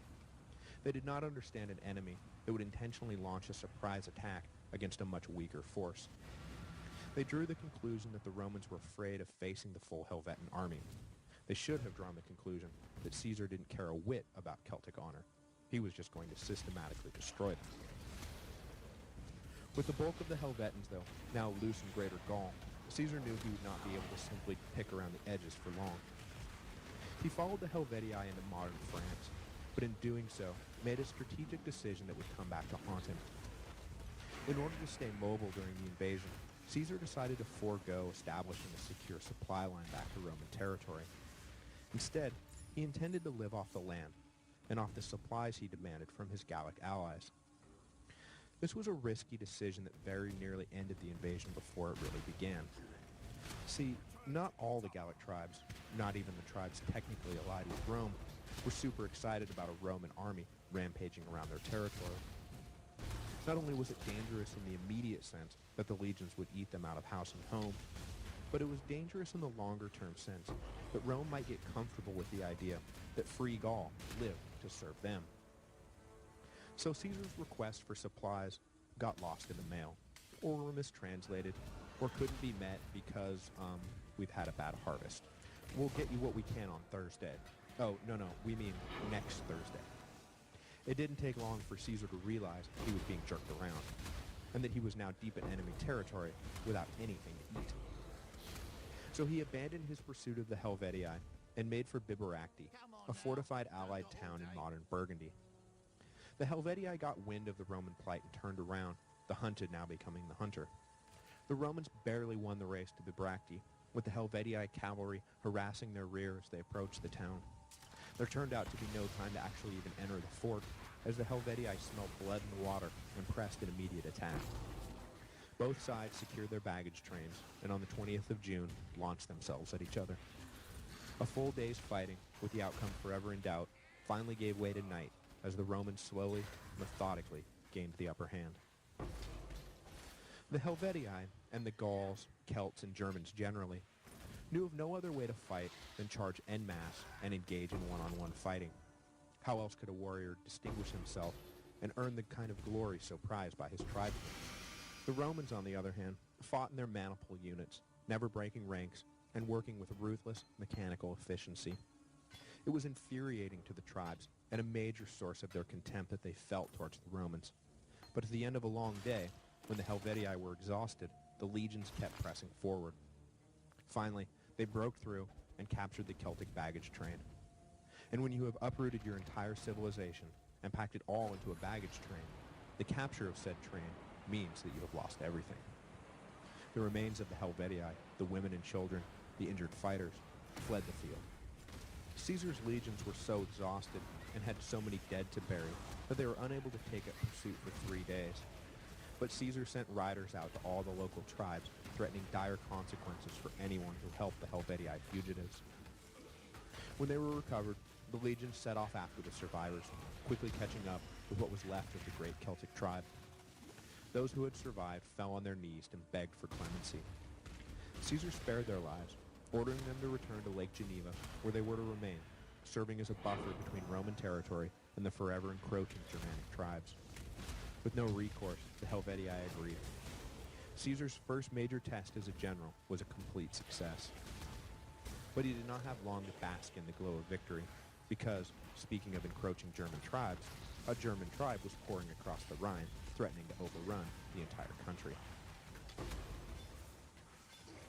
While Caesar was beating back the Helvetii, political struggles between native Gallic tribes had led one side to call on their cousins across the Rhine to help them out. They knocked on the door of Ariovistus, a great German leader who was more than happy to have an excuse to bring his 100,000-odd troops into Gaul. The tribe that had called him assumed Ariovistus would help them defeat their enemies and then leave. Ariovistus thought Gaul a nice place to rule, and he turned ruthlessly on nominal Gallic ally and nominal Gallic foe alike. This forced both sides of the internal Gallic struggle to turn to the Romans for aid. And this was a somewhat tricky situation for Caesar, as Ariovistus had already made diplomatic contact with Rome and, with Caesar's support no less, been declared a friend of the Romans. But that did not give the German king carte blanche, and Caesar was already considering Gaul his own personal backyard. He marched northeast towards the Rhine, where the Germans were camped. At this point, Caesar was just coming off an extremely hard-fought battle with the Helvetii, and was in no mood to take on a huge and fresh German army. So his intention was to convince Ariovistus to withdraw back across the Rhine, or at the very least, prevent any more Germans from coming into Gaul. Caesar sent envoys ahead asking for a meeting, but the German king would have none of it. So Caesar sent a note containing the provisions by which the Germans would be allowed to stay in Gaul. No more Germans could cross the river. Any Gallic hostages the Germans held must be returned, and they must agree to not make war on any native Gallic tribe. Ariovistus scoffed at these terms and replied incredulously that it was rich for a Roman general to be making demands so far from his home. If Caesar wanted to force the issue, he was more than welcome to try. While this back and forth was taking place, ever more Germans were invading across the Rhine, and calls for help were coming down from the local Gauls. Caesar knew he had to put a stop to the invasion. His legions could certainly stand to be outnumbered in battle, but there was a practical limit to what they could match. So Caesar moved north through the dense forest west of the Rhine to close the spigot. Marching for days through trees so tightly packed the sun disappeared toward an enemy that was amongst the most feared in the ancient world, the legionnaires' nerves began to waver. With each passing day, stories passed through the ranks about the Germans took on a life of their own, until the average foot soldier was convinced that Caesar was marching them to face 15-foot-tall cannibals who breathed fire and used black magic to curse their enemies. Caesar nipped this brewing mutiny in the bud by convening a meeting of his centurions, the veteran soldiers who led the men day to day, in camp and in battle. He shamed them all publicly for doing nothing to stop the growing discord, and all but called them cowards for being frightened of a dark forest and some no-account brutes from across the river. The shaming worked, and the dissension in the ranks was quickly silenced. His army fully committed, Caesar closed the final miles between his legions and Ariovistus's massive German army. Upon arrival, Caesar built a fortified camp and was surprised to discover that suddenly the Germans were ready to talk. Ariovistus called for a meeting at a neutral site with numerous preconditions, not the least of which being that the two leaders could only be accompanied by cavalry, absolutely no infantry guards. In practice, this meant that Caesar would have with him none of his fellow countrymen, as his cavalry was exclusively made up of Gallic auxiliaries. But Caesar sidestepped this ploy by ordering members of his favorite legion, the 10th, to mount horses and accompany him. It was from this episode that the 10th, one of the most famous legions in Roman military history, earned the nickname that they would carry with them for the rest of their existence, the 10th Mounted Legion. The meeting with Ariovistus was as strange as it was unproductive. The German leader was agitated and belligerent, but refused to commit himself to battle, though he implied that if it did come to battle, that word had come from the Roman Senate that the German had their blessing to wipe Caesar and his legions off the face of the earth. Meanwhile, while the two leaders talked, the German cavalry hurled javelins and stones at the Roman guard. It was obvious that the Romans were being baited, but Caesar refused to fight. As he returned to camp, the one thing he could not figure out was why the Germans did not just attack. They outnumbered the Romans, were in better fighting shape, had better access to supplies, and a superior tactical position. It didn't make a lick of sense. Soon, though, spies in the German camp brought an explanation. The tribal priestesses, who determined through divination whether the gods favored battle or not, had been performing their rites day after day, but kept coming back with a negative answer. Ariovistus himself wanted nothing more than to attack, but he risked the wrath of his gods if he did. Caesar immediately acted on this crucial piece of intelligence and made ready for an immediate assault on the German camp. Once their blood was up, the Germans were sure to fight hard, but maybe their religious hesitation would cause them to flinch or withdraw at the outset. For the outnumbered legions, it was their best hope for total victory. The next day, Caesar launched his full-scale attack. Whether religious concerns played a role in the fighting is unknown, but the Germans certainly didn't act as if their gods didn't want them fighting. However, as with the Helvetii, a full day's hard battle, taking place first on open ground and then on the trampled bodies of the dead, finally began to break the Romans' way. One of the wings, led by Marcus Crassus's son Publius, began to drive the Romans back, finally snapping the enemy line. The Germans broke headline for the Rhine, abandoning imperial dreams in Gaul, and now hoping to simply make it home alive. The 15 miles back to the river was a running slaughter, with Caesar ordering that no prisoners be taken. Ariovistus, displaying great courage and honor, abandoned his wife and daughter to the Romans and escaped on a small raft back to Germania. He never crossed the Rhine again. In one summer, Caesar had destroyed 2 massive invading forces and was fast making a name for himself as one of the greatest generals in Roman history. Here he was, campaigning where no Roman legion had gone before, defeating the very barbarians who had haunted Roman nightmares from the days of the Great Sack of Rome 350 years earlier. Caesar, of course, took every opportunity to send home breathless reports from the front line about his extraordinary campaign, his own genius, and the courage of his men. And in the public imagination, Julius Caesar was fast growing into a larger-than-life figure, who would soon eclipse his jealous triumvirate colleagues, Pompey and Crassus.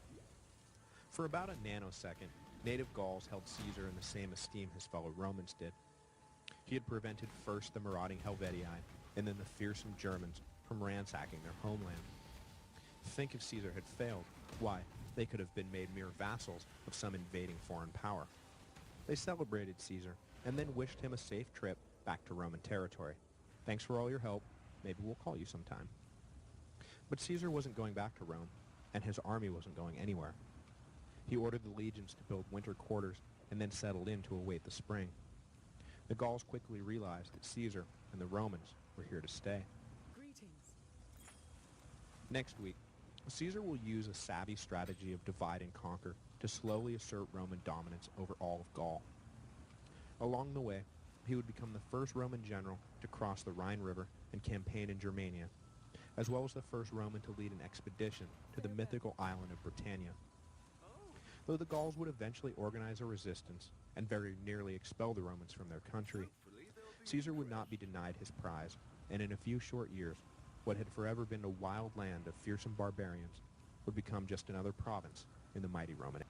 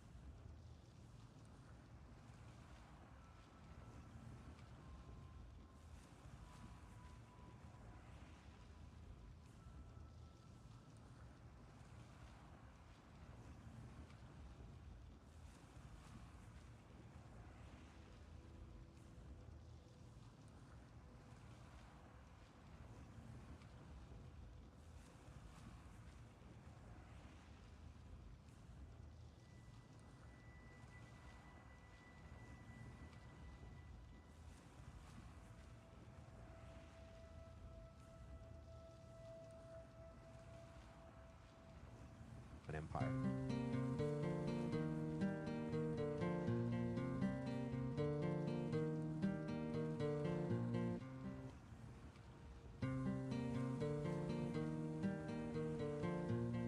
Hello, and welcome to the History of Rome.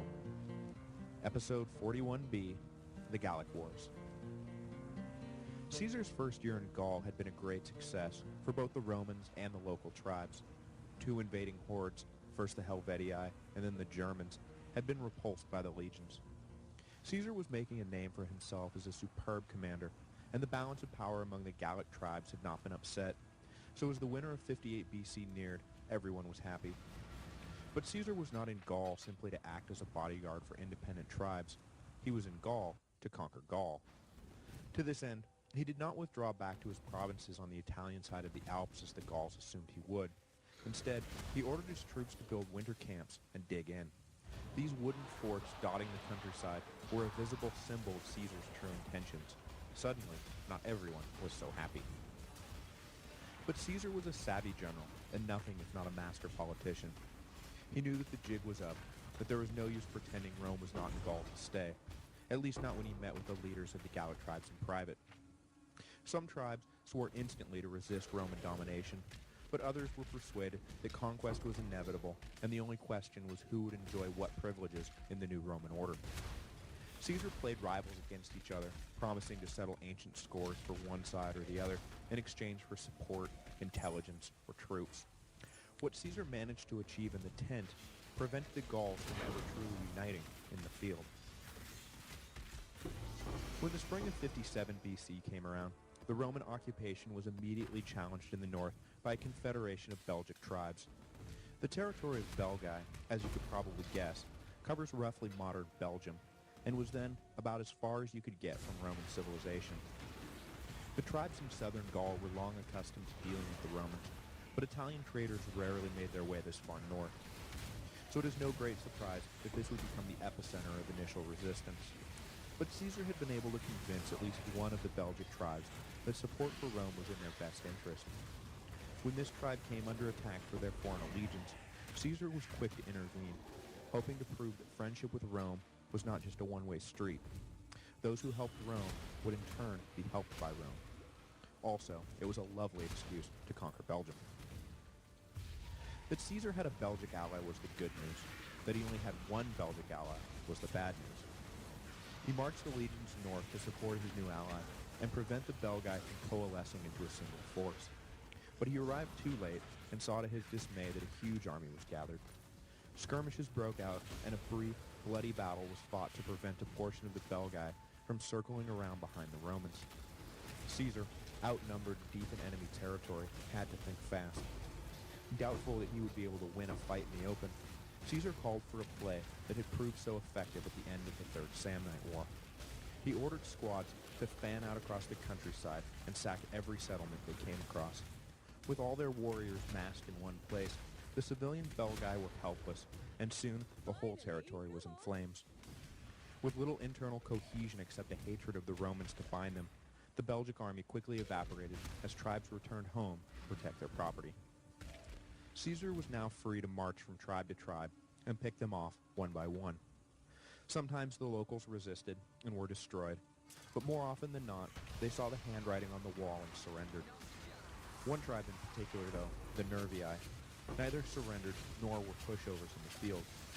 At one point, they managed to catch the Romans by surprise as they built a camp, and in the confusion, nearly shattered the legions before Caesar could rally his troops and counterattack.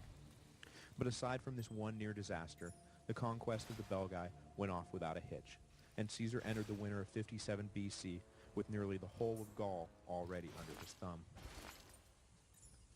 Over that winter, with the Romans again building camps across the country, Caesar returned to Cisalpine Gaul to attend to his duties there. He was, after all, still the governor, and there was a backlog of high-importance action items that he had been neglecting. While on the Italian side of the Alps, Pompey and Crassus left Rome to join Caesar for a conference. The triumvirate was renewed, and it was agreed that Pompey and Crassus would again serve together as co-consuls for the year 55 BC. The three men also took the time to divvy up the Roman world between them. Caesar would have his proconsulship of Gaul extended for another 5 years, and upon completing their term in office, Pompey would be appointed proconsul of Hispania and allowed to govern in absentia, while Crassus would receive the governorship of Syria. This would be the last cooperative venture between the three triumvirs. Crassus would soon lay dead in Syria after a humiliating defeat at the hands of the Parthians, and the familial bond between Caesar and Pompey would soon be shattered by the death of Julia, Caesar's beloved daughter and Pompey's beloved wife. With their agreement in hand, each of the triumvirs went about their business. For Crassus and Pompey, this meant laying the groundwork for their consular campaign, and for Caesar, this meant consolidating his hold over Gaul. But despite his glowing reports to the Senate that Gaul was completely pacified, the reality was not so neat and tidy. This time, trouble came from the Veneti, a maritime tribe from Brittany, who decided to take their shot at avoiding Roman domination. Admittedly, they were in a unique position and had good reason to believe they could resist the Romans, but in the end, it was not enough, and they too fell under Caesar's sword. The Veneti's unique position was a mastery of the sea that the Romans could not match. Their forts were all built on narrow spits jutting out into the English Channel, nearly impossible to attack by land, and connected to endless supplies by sea. If Caesar hoped to put down this rebellion, he would have to build a navy. But as we've noted before, the Romans were never great sailors to begin with, even on the relatively calm waters of the Mediterranean.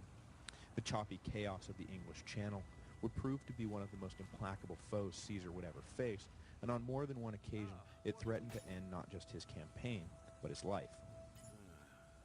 After an entire summer of being given the runaround and losing ships that were no match for the sturdy oak constructions of the Veneti, Caesar finally hit upon the weakness of his enemies.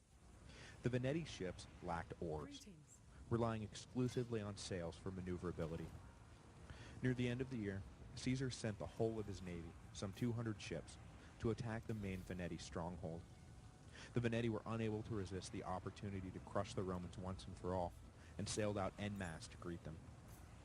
But the Romans were prepared, and eschewing their failed tactics of ramming and boarding, they instead used hooks to tear down the sails of the Veneti ships. This, coupled with a fortuitous absence of a strong wind, made the Veneti sitting ducks. The Romans went from ship to ship, and though the fighting was long and hard, the outcome was no longer in doubt. The whole of the Veneti navy was destroyed, and the tribal leaders on land, deprived of their supply line, were forced to surrender to Rome. Caesar now controlled almost the entire north coast of Gaul, but he was not content with stopping at the water's edge. Across the channel lay the mythical island of Britannia, which Caesar resolved to invade the following year, both to cut off the aid that had flowed from the island to the rebellious Belgae and the Veneti, but also to score a massive domestic political coup. Think of the headlines: Caesar conquers the ends of the earth. It has a nice ring to it. But before he could invade the ends of the earth, Caesar would be forced to engage in a less romantic, though arguably more important venture. And, as it would turn out, the Roman public was at least as impressed with Caesar for leading a Roman army into Germania as they were for his later invasion of Britain. In 55 BC, German tribes began crossing the Rhine River and running amok, often encouraged by the local Gauls, who hoped to stir up as much trouble for Rome as they could. Caesar was forced to put his British invasion on hold while he headed east to secure the border. What he immediately intuited was that the Germans would have no fear as long as they believed the Rhine was a magical barrier to Roman advancement. So Caesar decided to put lie to that particular myth. But, understanding that the optics demanded something altogether more spectacular than crossing his legionnaires on rickety boats, Caesar ordered a bridge be built across the great river. In what is widely acknowledged as one of the great feats in the history of military engineering, Caesar's army designed and built his bridge in just 10 days. Stable in the rushing water and strong enough to sustain the 40,000 troops Caesar intended to march into Germania, the bridge was an architectural masterpiece, but, more importantly for Caesar's immediate concerns, it scared the bejesus out of the Germans. They had felt themselves completely safe on their side of the river, secure in the knowledge that the Romans, A, were afraid of invading Germania, B, would be easy targets if they tried to cross the river in boats, and C, couldn't build a bridge so fast that the Germans wouldn't be able to simply mass an army to meet the invaders. But in the time it took German scouts to notice the bridge and report it to their chiefs, the Romans were already hammering in the final nails. When the next round of scouts arrived to check the progress of the construction, they were forced to immediately turn around and report the unbelievable news that the Romans were already across the Rhine. The Germans panicked and retreated into the dense forest. Caesar spent 3 weeks marching around western Germany without encountering any resistance. Believing he had made his point, he ordered his troops back across the Rhine, and the bridge burned. The Germans did not miss the point. Rome could go where it wanted, when it wanted, and it was best not to forget that fact. Despite the time he had spent on his detour into Germania, Caesar was determined to launch at least a preliminary expedition to Britain by the end of the year. So, with the autumn winds howling and winter fast approaching, Caesar set out with 80 ships to find out how much resistance he could expect if he decided to launch a full invasion, or if a full invasion would even be necessary. This first crossing can't really be described as anything but a debacle. Caesar had been unable to squeeze any decent information out of the local traders about where and when to land on the island, but what minimal scout work his own officers had done was totally inadequate. Not only did the Romans have no clue how to handle things like tides, but at every possible landing site, they found themselves met by thousands of British warriors lining the cliffs. Finally, with great difficulty, Caesar was able to land his fleet and establish a small beachhead. But as soon as his ships were anchored, a storm swept in, smashing his fleet against the rocks.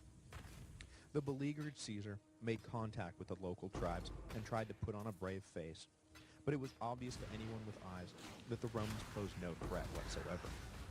The local Britons indulged Caesar's pompous demands that they send hostages to secure the goodwill of Rome and return to their tribes, promising that, yeah, they'd get right on it. Caesar didn't even wait for them not to comply, generously agreeing to accept the hostages in Gaul, rather than forcing the Britons to respond right this very second. He patched up his fleet as fast as he could and sailed back to Gaul. Only 2 British tribes actually sent their promised hostages.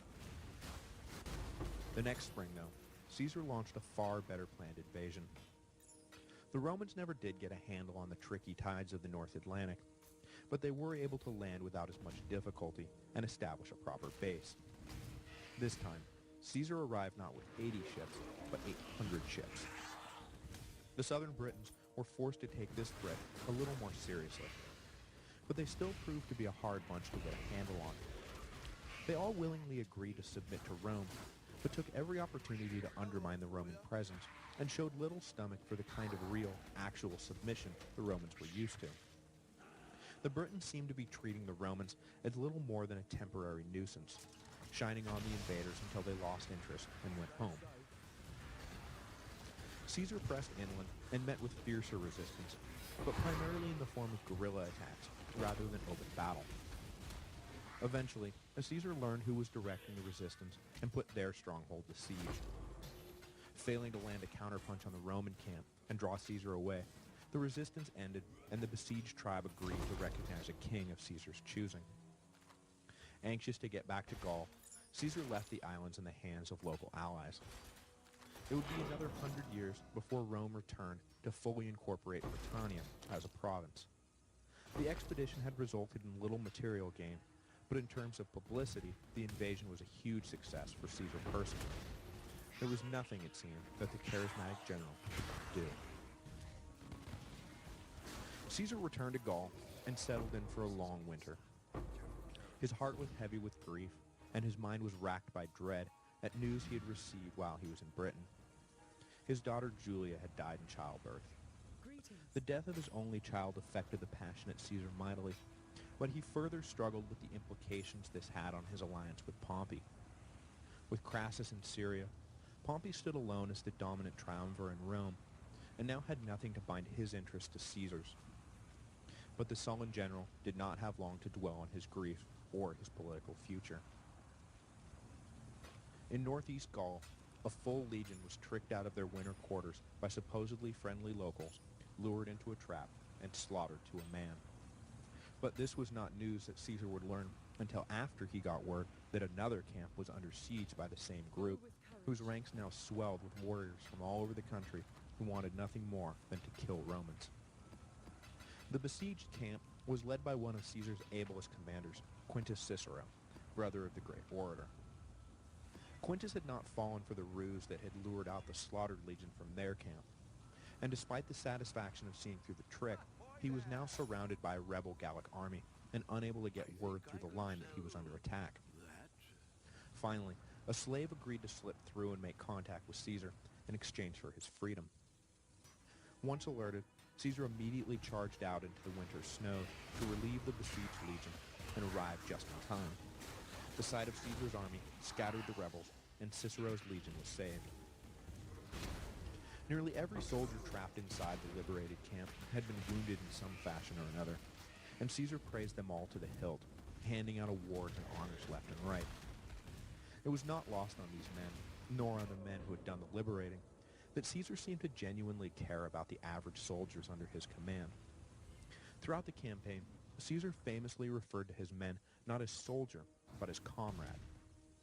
These simple acts of familiarity and compassion helped breed in his troops the fanatical loyalty that would prove decisive in the coming civil war. These men were never Roman legionaries. They were Caesar's legionaries. When the spring of 53 BC came, Caesar had one thing on his mind: revenge. He brought the full weight of his army down on northeast Gaul and engaged in a genocidal campaign against the tribes that were behind the assault on Cicero's men and, the Romans had later learned with horror, the murder of the tricked legion. Without remorse, Caesar slaughtered the men and sold the women and children into slavery. Greetings. During this year in the field, Caesar also built a second bridge across the Rhine to halt aid and comfort that was coming in from Germania. He hoped to achieve not only a measure of revenge, but also signal that Gaul was no longer a free country, and that any attack on Rome would be met with the swiftest and most brutal repercussions. In this, he was not entirely successful, as the brutality of 53 BC proved to those Gauls who still had fight in them that they had better do something now, or they would all wind up like their annihilated cousins in the north. But in a larger sense, the campaign was effective. It galvanized the last of the independent-minded Gauls, and when Caesar defeated them the following summer, all formal resistance was wiped out with them. But on the cusp of this great victory, Caesar's political fortunes in Rome were quickly spinning out of control. He had offered his grandniece Octavia, the sister of the future Caesar Augustus, to Pompey in marriage in an attempt to re-secure their alliance. But Pompey spurned the offer, and instead agreed to wed the daughter of one of Caesar's most hated enemies, a man named Quintus Metellus Scipio. This was not a good sign. On top of that, Marcus Crassus, long Caesar's benefactor, died fighting in a disastrous campaign in the east. The triumvirate was literally and figuratively dead. But there was no time to worry about domestic political concerns. In 52 BC, the last great battle of the Gallic Wars was set to be fought. Since he had arrived in Gaul 5 years earlier, Caesar had effectively used Gallic tribal rivalries to his advantage and avoided ever facing a united front. Now, though, with the noose finally closing around their necks, the Gauls joined forces under the banner of Vercingetorix, a Gallic king who would lead the last stand for his country's independence. I hope I'm not giving away the ending when I say that Vercingetorix would meet his end after being paraded through Rome in chains during Caesar's triumph. Cause of death? Unceremonious strangulation in a Roman jail cell. Prior to this ignoble end, however, he was the last best hope of the Gauls, and would cause as much grief to Caesar in one summer as the Roman general had experienced during his entire occupation of the country. In the dead of winter, the Gallic king launched his rebellion by embarking on a scorched earth campaign. The Romans had been living off the land since their arrival, allowing them greater mobility and freedom from worries about protecting a supply line. Now, Vercingetorix put as many towns and granaries as possible to the torch. It was cruel, and punished his own people as much as it punished the Romans, but this was a time for desperate measures. He was persuaded, however, to spare Avaricum, the greatest city in southern Gaul, a decision he was uncomfortable with and would soon regret. Caesar gathered his scattered legions and headed straight for the great city. Despite assurances from the Gallic nobility that Avaricum was impregnable, Vercingetorix was forced to watch helplessly as the city fell after a brutal 30-day siege. Caesar's starving soldiers killed everyone in the city. Most importantly, they had secured enough food to see them through the next few weeks. The Gauls retreated, and as soon as he resupplied his army, Caesar followed. A series of feints and counterfeints finally saw the Romans chase the Gauls behind the walls of Gergovia. This time, however, overzealous Roman soldiers attacked too early, despite Caesar's order to restrain themselves, and blew the one chance they had to take the city. Forced to retreat after sustaining serious casualties, the Romans had more to worry about than simply licking their wounds. The defeat at Gergovia had broken the aura of invincibility surrounding Caesar, and the tribes across the country, including some of the most steadfast Roman supporters, flocked to Vercingetorix's banner. Caesar was facing the fight of his life. The whole country was now in revolt, and if he was forced to retreat to Roman territory, he was sure to be stripped of his command by enemies in the Senate. So, rather than fall back to the south, Caesar ordered his shock troops to move north. At this desperate hour, Caesar caught one of his many lucky breaks. Engaging in a brief battle, little more than a skirmish, the Romans got the better of an attacking Gallic force. The defeat spooked Vercingetorix, and rather than staying on the offensive, he ordered his army of 80,000 to retreat to the walled city of Alesia. Caesar saw his fortune change at once. Alesia was a hill fort located between two rivers, and though it would be nearly impossible to storm, it was also nearly impossible to keep it resupplied. All he had to do was ring the city and prevent any relief from getting through. After that, it was just a matter of waiting for those trapped inside to surrender. So Caesar ordered a wall built around the entire city. The Gauls inside launched attacks to try and halt the construction, but the Romans fought them off and kept building. Soon, the city was encircled and the waiting game began. Greetings. But then word came of a new wrinkle. A relief army, estimated at some 60,000, was on its way. Caesar, thinking fast and unwilling to lose his opportunity to force Vercingetorix's surrender, ordered a second wall be built, this one facing out, towards the oncoming army. Once this wall was completed, the Roman army's whole world collapsed to the few hundred yards between the two walls. The game now boiled down to who would relent first. The Romans were not well stocked, but those trapped in Alesia were already starving to death. The commander of the newly arrived Gallic army knew Vercingetorix would not be able to hold out much longer, so he launched a full-scale attack at a weak point in the outer wall. The legions massed to repel the assault, but slowly began to lose ground. Fearing that the day and the whole campaign might be slipping away, Caesar personally led his cavalry out from behind the walls and circled around behind the Gauls. Suddenly surrounded, the Gauls panicked and broke apart in disarray. Inside Alesia, Vercingetorix watched with resignation as his rebellion came to an end. There was no hope of lifting the siege now. The next day, the Gallic king rode out of the city on his horse and surrendered to Caesar, hoping to spare as many of his people as possible from future reprisals. The siege of Alesia, which ended in October of 52 BC, marked the end of organized resistance to Roman rule in Gaul. Caesar had achieved everything he had set out to do, conquering vast new territories for Rome, exploring lands heretofore unknown, and making himself an incredibly wealthy and famous man. He hoped that his victories would earn him safe passage back to Rome and freedom from prosecution once he arrived there. But I think we all know that this was never meant to be. Next week, we will bring the rest of the players in this greatest of Roman dramas up to that fateful year of 49 BC. While Caesar was in Gaul, Crassus had started a war with, and then been destroyed by, the Parthians. Pompey had slowly moved into the senatorial camp after his consulship ended. Cicero had been banished and then unbanished from the city, while Cato had been forced to take an unwanted command in Cyprus by Clodius, whose free grain program excited the masses, distressed the Senate, and eventually led to the populist hellraiser murder, a murder that would spark riots as rival gangs took to the streets to battle one another for control of the city. Rome was quickly descending into violent anarchy, and when the great General Caesar finally arrived and put the city under his thumb, many welcomed him not with fear, but with relief, never realizing that the stability Caesar promised came at the price of their freedom.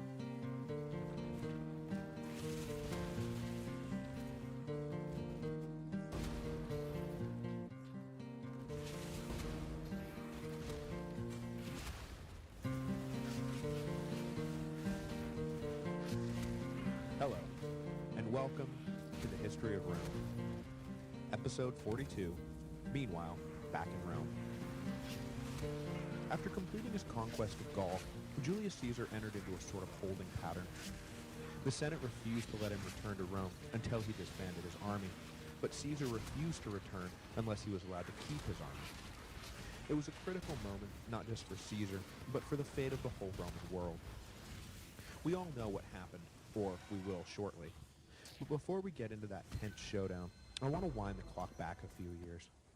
Though the war in Gaul is unquestionably the most famous thing to have occurred in the decade, the rest of Rome did not simply stop what they were doing and wait for another dispatch from mighty Caesar.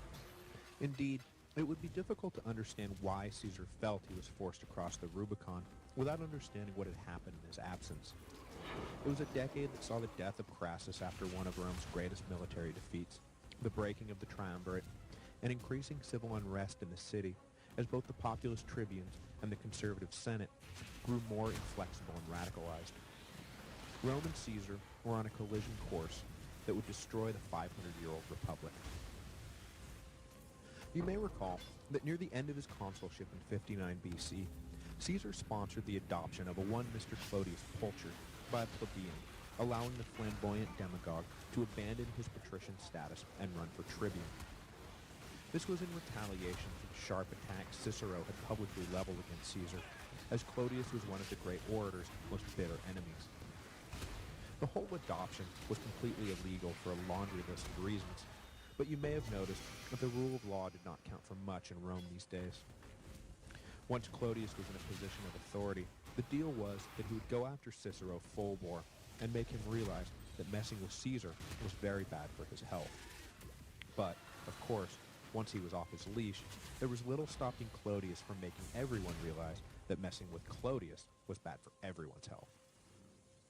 Immediately upon attaining the tribunate, Clodius passed a law making exile the punishment for killing a Roman citizen without trial. There was absolutely no doubt who the intended target of the law was, as this was exactly what Cicero had done when putting down the Catiline conspiracy.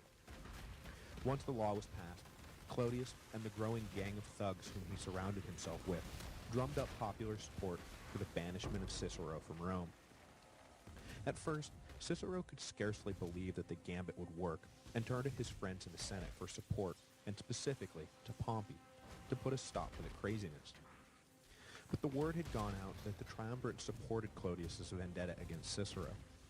Though neither Caesar nor Pompey necessarily supported banishing Cicero, they felt compelled to follow through on what they had set in motion. When Pompey refused to speak on Cicero's behalf, the craziness became reality. In 58 BC, no doubt still reeling in disbelief, Cicero packed up and sailed for Macedonia, unsure if he would ever see Rome again. It was, by his own admission, the lowest moment of his life, and he confessed that during his exile, suicide crossed his mind on more than one occasion. With Cicero out of the way, Clodius next set his sights on Cato. The Triumvirate had far fewer misgivings about getting rid of the moralizing teetotaler, and embraced Clodius's scheme to remove the powerful senator from Rome. Clodius, who obviously saw politics through a highly personal lens, hatched a plot to take care of two enemies at once. When he was a young man, Clodius, like Caesar, had been taken hostage by Cilician pirates. The young patrician had demanded that the king of nearby Cyprus pay the ransom, but the king had refused to come to the aid of this demanding young nobody, earning the lifelong enmity of Clodius, who now, suddenly, was somebody.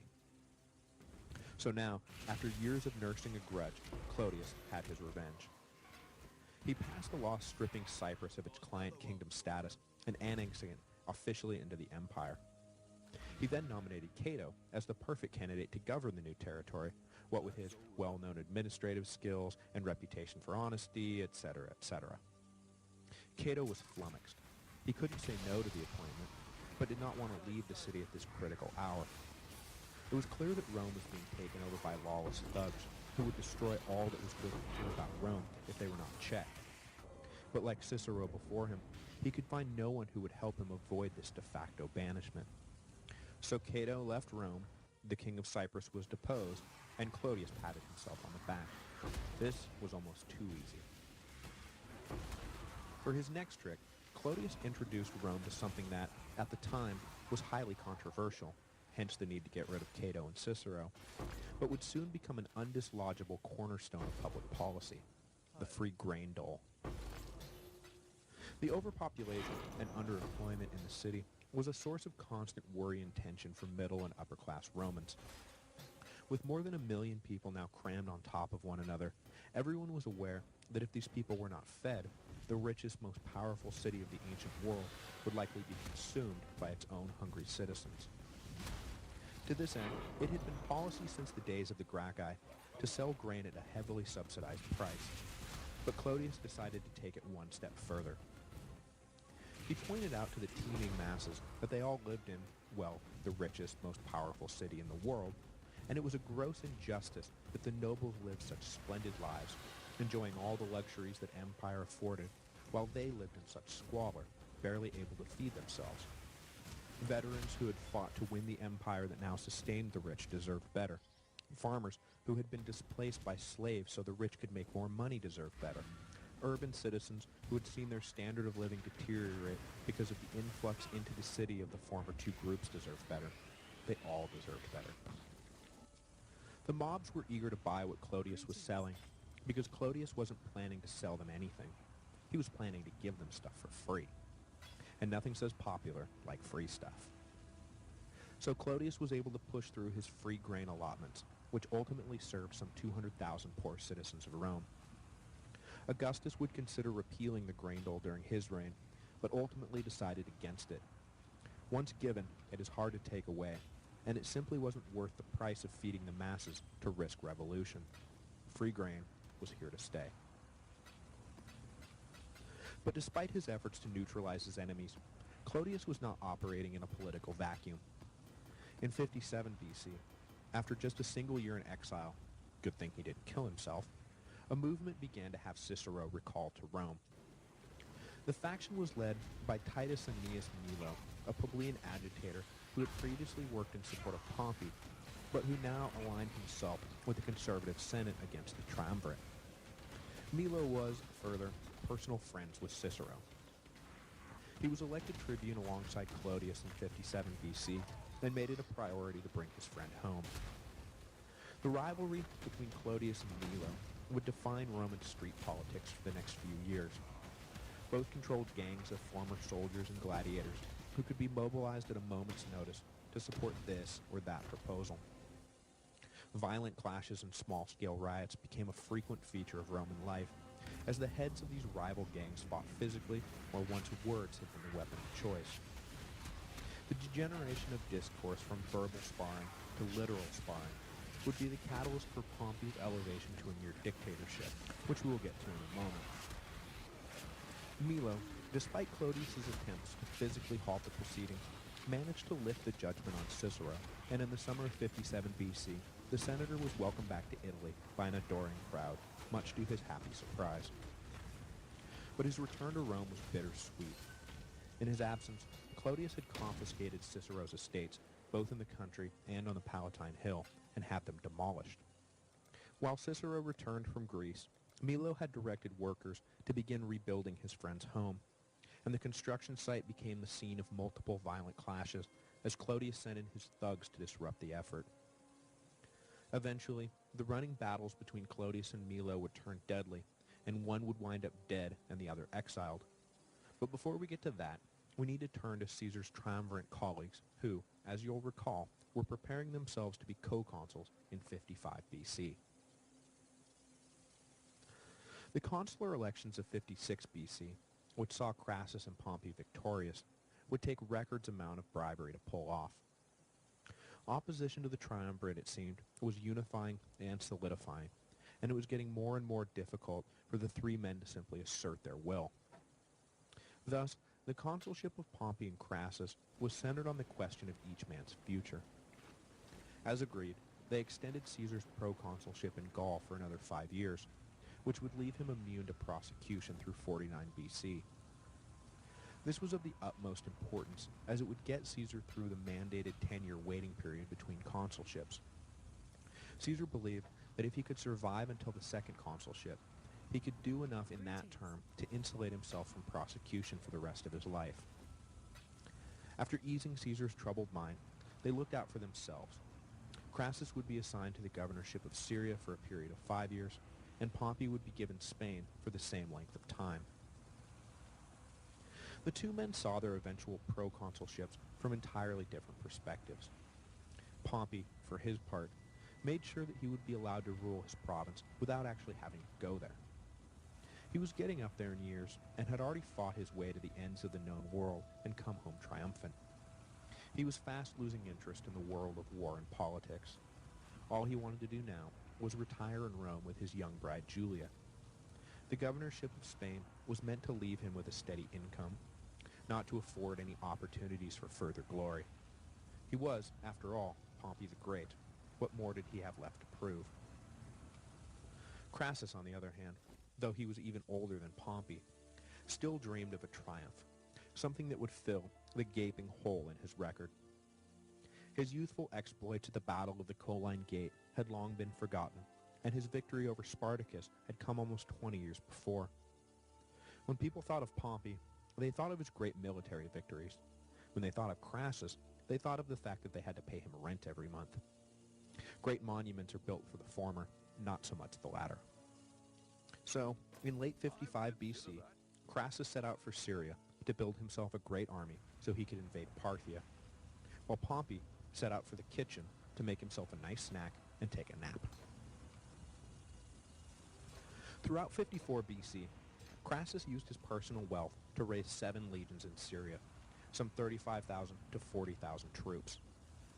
At his request, and with Caesar's approval, Crassus's son Publius was released from service in Gaul and rode to meet his father at the head of 1,000 Celtic cavalrymen. Crassus trained his army, drilled his army, and re-drilled his army until they were in fighting shape. He couldn't wait to get his expedition started, identifying the next spring as the latest he wanted to get going. But Crassus's impatience would prove to be his undoing and lead him to make a disastrous strategic decision right at the outset. The buffer state Armenia, which Pompey had secured peaceful relationships with the decade before, agreed to help Crassus in his quest to peel off territory from the Parthians. The Armenian king pledged 50,000 troops. The only stipulation was that Crassus had to come north and invade Parthia via Armenia. Basically, the king wanted Crassus to swing through and pick up the Armenian army on his way to the front. But Crassus refused to delay, and after crossing the Euphrates River and finding himself welcomed by the Hellenized natives, decided he was better off making immediately for bigger fish, rather than going back to get the Armenians. But the natives Crassus initially encountered were not so much friendly as they were treacherous. A local chieftain told Crassus that the Parthians were scattered and afraid of the invading Romans. But the chieftain was a Parthian plant, and when he agreed to show Crassus the best route to the great Parthian cities, it was not hard to imagine what happened next. In actuality, the Parthians were not scattered and afraid. They were concentrated and confident. The Parthian army headed for Armenia to punish the conspiring Armenian king, while their plant in the Roman army was ordered to lead Crassus around the desert aimlessly. Just to make sure that the Romans did not link up with the Armenians, 10,000 Parthian cavalry were sent south to further harass the legions. But it would turn out that the attempt to delay Crassus would prove to be far more successful than anyone could have dreamed. The 10,000 cavalry was about to crush Crassus's army of some 40,000. After being led away from the Euphrates, the Roman army marched day after day through the sweltering desert heat. Morale was low, and the troops grumbled that Crassus had no idea what he was doing, no idea where he was going, and that he was going to get them all killed. On all 3 fronts, they were exactly correct. At Kerry, near the modern border of Syria and Turkey, the Parthian cavalry appeared on the horizon. Ignoring advice from his officers about where to fight, when to fight, and how to fight, Crassus ordered his exhausted troops to form into a giant square, with cavalry protecting each wing. At first, the Romans, despite their misgivings about Crassus, were fairly confident. It was, after all, only 10,000 Parthians. But of those, 9,000 were highly mobile and highly accurate archers, while the other 1,000 were heavily armored troops called cataphracts. The Parthian light cavalry opened up the attack. They would charge the Romans at full speed, firing arrows the whole time. Then, as soon as they got near the line, they would wheel around and speed off, continuing to fire arrows over their shoulder as they went. And this last maneuver was called a Parthian shot, or, as we know it today, a parting shot. It had the effect of never letting up on the constant barrage of arrows. Crassus kept his men in formation, shields facing all directions, and the arrows mostly bounced off harmlessly. But as I'm sure you can imagine, the constant attack took its toll mentally. Crassus's brilliant strategy was to simply outlast the arrow supply of the Parthians and hope they would leave the Romans alone after that. At one point, however, afraid that he would be surrounded, Crassus ordered his son to lead out the Celtic cavalry to drive off an encircling force. The superior Parthian cavalry, however, led Publius and his men far away from the main Roman force, then suddenly wheeled around and attacked. Helpless, Crassus watched as his cavalry and his son were slaughtered. Despondent, he fumbled around trying to decide what to do next, eventually coming to the conclusion that he needed to march forward and attack. But before he could make any positive move, the armored cataphracts attacked. The exhausted and heat-stroked Roman front line was smashed, and the whole army was split in two. Crassus was forced to order a retreat. 10,000 of his men were cut off from the rest of the army and cut down. The Romans withdrew, but were led astray again and again by supposedly friendly locals. Finally, the Parthian commander sent word that he would talk terms with Crassus. The Roman soldiers basically told their general to go talk, or they would kill him where he stood. Crassus, completely deflated, agreed. He entered the Parthian camp to discuss peace, but whether by design or accident, a fight broke out, and in the melee, Crassus was killed. Legend has it that the Parthians, well aware that they were dealing with Rome's richest and greediest leader, poured molten gold down his throat and kept the skull as a trophy. The legions, meanwhile, discovered that they had been led into a swamp and, getting word that their leader had been murdered, tried to escape, but the flight was a disaster. Between the battle at Carrhae and the retreats, Rome lost some 20,000 troops, with another 10,000 taken prisoner. Of the 40,000 who had marched out just weeks before, only 10,000 limped back to Syria under the command of Gaius Cassius. Yeah, that Cassius. It was the worst Roman defeat since the disaster at Cannae during the Second Punic War. And more embarrassing than the loss itself was the capture of numerous legionary eagle standards. It was a source of almost immeasurable shame for the legionary symbols to fall into the hands of the enemy. Caesar Augustus spent a great deal of diplomatic time and energy trying to recover the captured eagles from the Parthians, and when he finally got them back, the reaction in Rome was the same as if he had actually won a great battle. The defeat at Carrhae also firmly solidified in the minds of most Romans that it was folly to try and expand further east. Many had opposed Crassus's mission to begin with, and took the loss as proof that Rome ought to stick near the Mediterranean. Mark Antony's later disastrous misadventures in the region would further drive home the point that sound policy was living in peaceful coexistence with whatever empire controlled the mountains and deserts of the east. It was not until the Emperor Trajan, some 150 years later, that Rome would again risk war in the east. And even then, Trajan's successor Hadrian basically abandoned all the territory Trajan had won, deeming it far too expensive to try and hold. Rome was, and would remain, a Mediterranean empire. I will also mention in passing that to the Romans at the time, the doomed campaign in the east was defined not by the death of Marcus Crassus, but by the death of his son Publius. The young man, too young to even begin his path on the cursus honorum, had already proved himself to be a great leader while serving in the Gallic Wars, and many Romans felt that the early death of this popular and charismatic leader was one of the great tragedies of the day.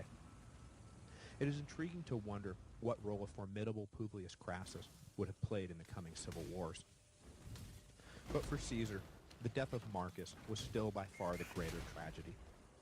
It had the effect of officially ending the First Triumvirate. With Julia's death in 54 BC, the ties that bound Caesar and Pompey were already strained. Crassus's death officially ended the partnership. Caesar, as I mentioned before, attempted to salvage the relationship by offering Pompey his niece Octavia, but Pompey decided to marry Publius Crassus's young widow, who just so happened to be the daughter of one of Caesar's greatest enemies, Quintus Metellus Scipio. Yes, the triumvirate was broken. Beyond this breach, Rome in general began to turn on Caesar. In December of 53 BC, a chance passing in the streets of Clodius and Milo led to a fight breaking out among their entourages. In the scuffle, Clodius was killed. This not only deprived Caesar of a key ally in the city, but it also sparked a wave of riots. In a display of shocking lawlessness, the supporters of Clodius actually seized control of the Senate House and used it as a funeral pyre for their dead leader, burning the entire structure to the ground. So, when you go to Rome and visit the Forum and discover to your disappointment that you can't actually see the spot where Julius Caesar was assassinated because the Senate was meeting somewhere else for a few years, blame Clodius. Well, at least his supporters. Boo, Clodius' supporters. Boo. The riots led the Senate to reach out to Pompey. A strong hand was needed before things spun out of control. But wary of giving Pompey full dictatorial powers, they instead split the difference and appointed him emergency consul without a colleague. Pompey managed to restore order, but moving beyond the immediate crisis, the Senate pushed him to deal with the next crisis, which they all saw looming. Caesar had just emerged completely victorious in the Gallic Wars and was sitting in Gaul with 50,000 battle-hardened veterans. The Senate was itching to strip Caesar of his command and punish him for all the terrible things he had done, real or imagined. But obviously, Caesar wasn't just going to roll over, so a tense showdown began, with both sides refusing to blink. Pompey pushed the envelope first, by passing a law allowing for retroactive prosecution for bribery, putting the Senate on firm legal footing to go after Caesar when he returned to Rome. Next, the Senate demanded that Caesar stand down his legions, now that, by his own admission, the war in Gaul was won. Caesar countered this by saying that that was fine as long as he was allowed to stand for consular election in absentia. Pompey responded by answering that no, he would not be granted any such concession, and further, he would not be allowed to stand for election at all unless his army was disbanded. Caesar said that that was fine. He would give up his army as soon as Pompey gave up his. But as Pompey's army was slowly but surely transforming into the army of the Republic, the Senate refused to let Pompey agree to these terms. They demanded Caesar disband his army, or he would be declared an enemy of the state. Here, then, was the final break. Despite the best efforts of Cicero and the other moderates, the two sides had dug themselves in too deep. There was no way Caesar was coming back to Rome without the protection of either his army or the imperium that came with the consulship, and the Senate was not going to let him have either of those things. Over the winter of 50 BC, Caesar considered his options. The personal feud between himself and the Senate had now grown into a full-blown constitutional crisis, and there was no way of knowing what the outcome of any given decision he made would be. Should he try to broker a deal through Cicero, recognize that he was outnumbered and capitulate, or should he just go all in and march back to Rome with his army? Next week, I think we all know what Caesar decides to do.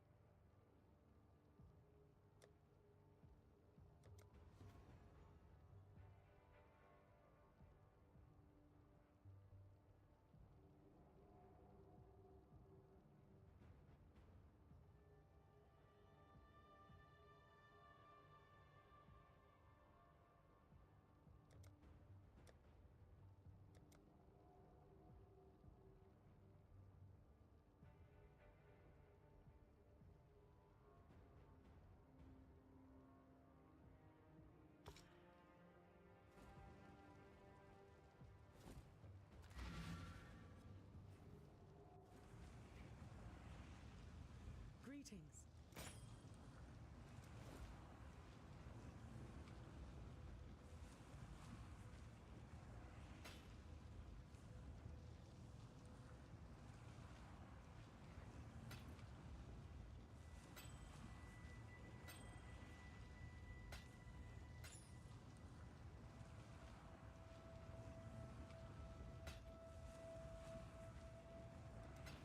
Farewell.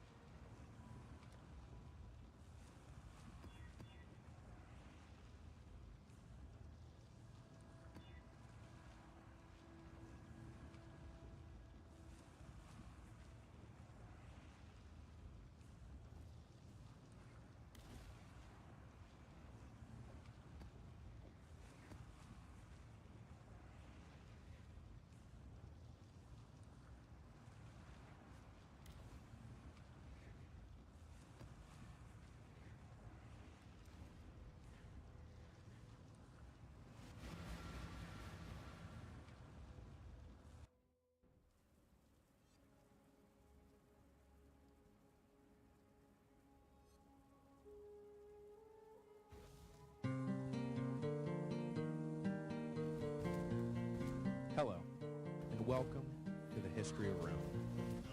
Episode 43, Insert Well-Known Idiom Here. Since we began the history of Rome some 50-odd episodes ago, I've covered some pretty obscure stuff.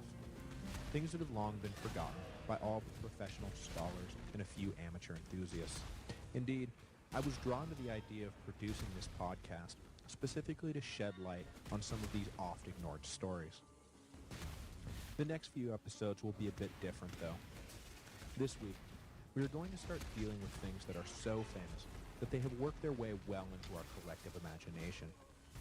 For the next little while, it's going to be all the die is cast, I came, I saw, I conquered, et tu Brute, and I come here not to praise Caesar, but to bury him. We're about to delve into events and personalities that are almost universally recognizable. That the language of Caesar's civil war still sits on the tips of our tongues is a testament to the massive impact it had on the development of the Western world. Because what do you say when you want to express that someone has gone past the point of no return? Ah yes, you say that they are crossing the Rubicon.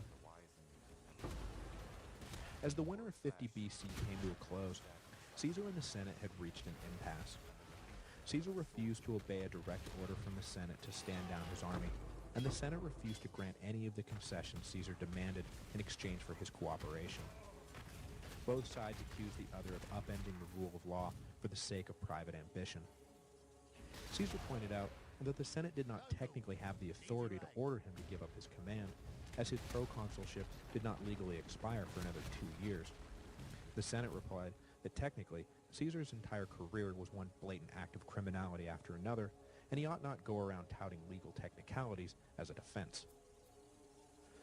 But before we go any further into the story, I think it's worth reiterating just what had led to this impasse. A comment by Lane attached to last week's episode asked some very good questions about exactly what criminal charges Caesar faced if he returned to Rome, and why the relationship between the Senate and Caesar had grown so acrimonious. The two feed off each other, so I'll answer the last question first.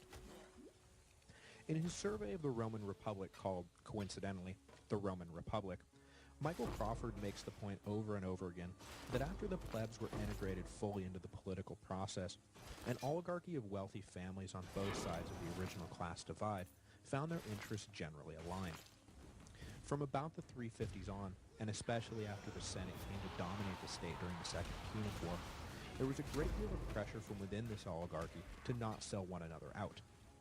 That is, when internal disputes emerged, for example, the rivalry between the Fabii and the Claudii families, they were not allowed to spill out into the lower socioeconomic orders. For hundreds of years, these families bred amongst themselves and protected the property and privileges their status afforded them. So even if two old patricians hated each other, one wouldn't turn to the popular assemblies with promises of land reform in order to put pressure on the other.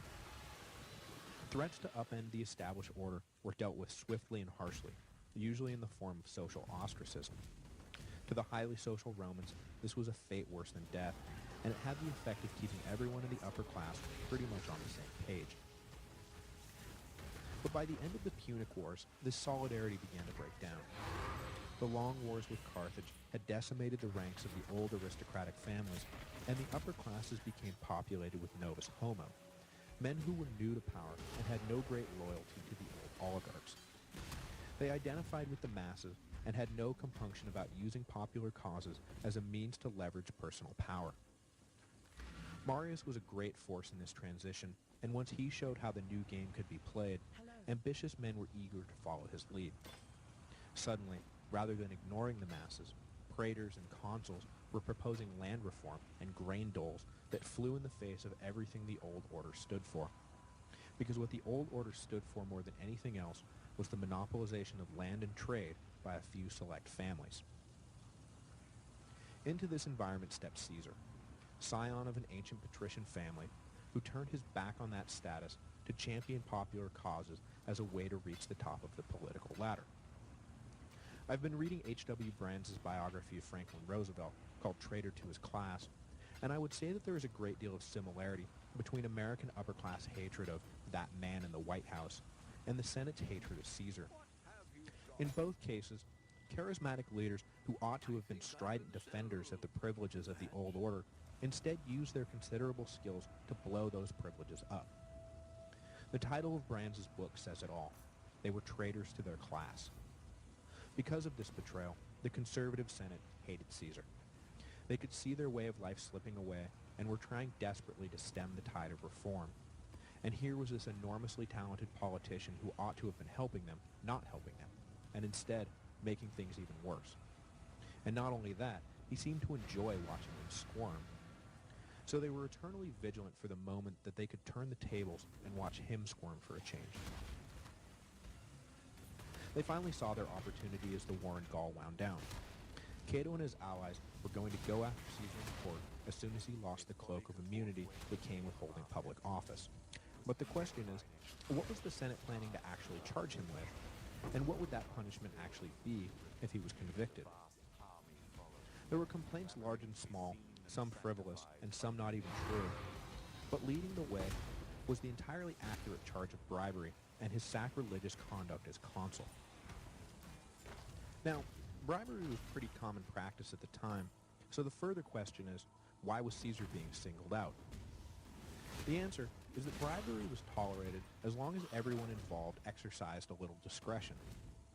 But bribery turned from accepted, under-the-table practice to scandal when it came out into the open, and Caesar didn't even bother to hide what he was doing.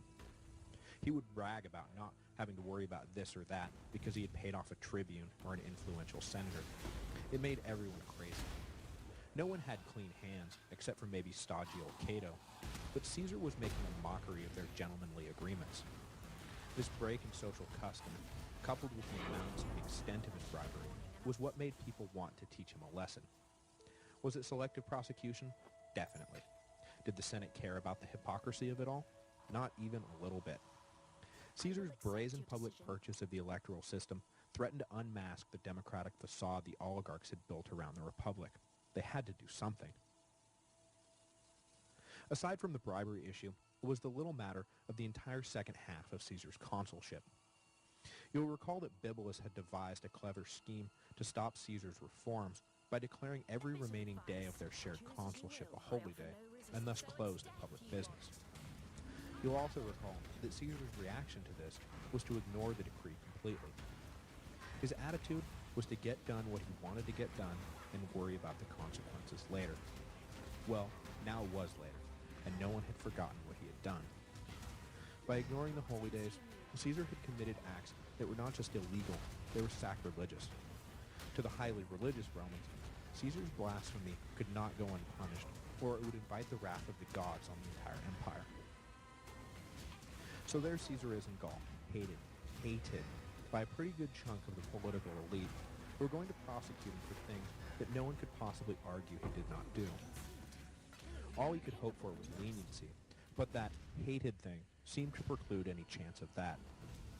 So what's the worst you could expect if he was brought up on charges and found guilty?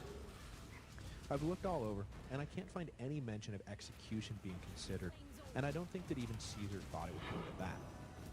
The worst he probably expected was banishment, or fines that would send him to the poorhouse. But the worst was not the thing that kept Caesar up at night.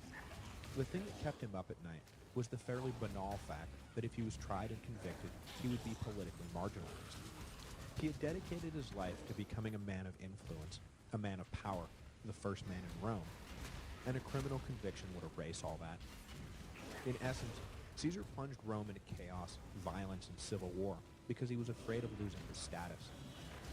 As much as there is to admire about Caesar, and there is much to admire, we should not forget that he was an enormously selfish man who killed tens of thousands of his fellow citizens because he did not want to retire to a life of obscurity. And there is nothing much to admire about that. So it is in this light that we should see Caesar's final reply to the Senate's order in the winter of 50 BC to stand down his army. He told them he could not comply, and that if they forced the issue, he would defend his honor by any means necessary. The Senate, even the moderates, were incensed by these fighting words and felt compelled to follow through on their threats. Caesar was declared an enemy of the state. In the Senate House that day were a number of Caesar's supporters who argued loudly that this was unjust and beyond the pale. When the majority moved to expel Caesar's allies, one in particular raised a tremendous commotion. He had been elected tribune for that year, and when the guards came to remove him and his promised veto, he shouted that he was sacrosanct and that to lay hands on him was to invite the wrath of the gods. But the senators had heard enough and pitched the troublemaker out onto the street. The tribune dusted himself off and immediately headed north to Caesar's camp. Upon arrival, Caesar displayed the tribune's bruises to his assembled troops as proof of the Senate's evil ways.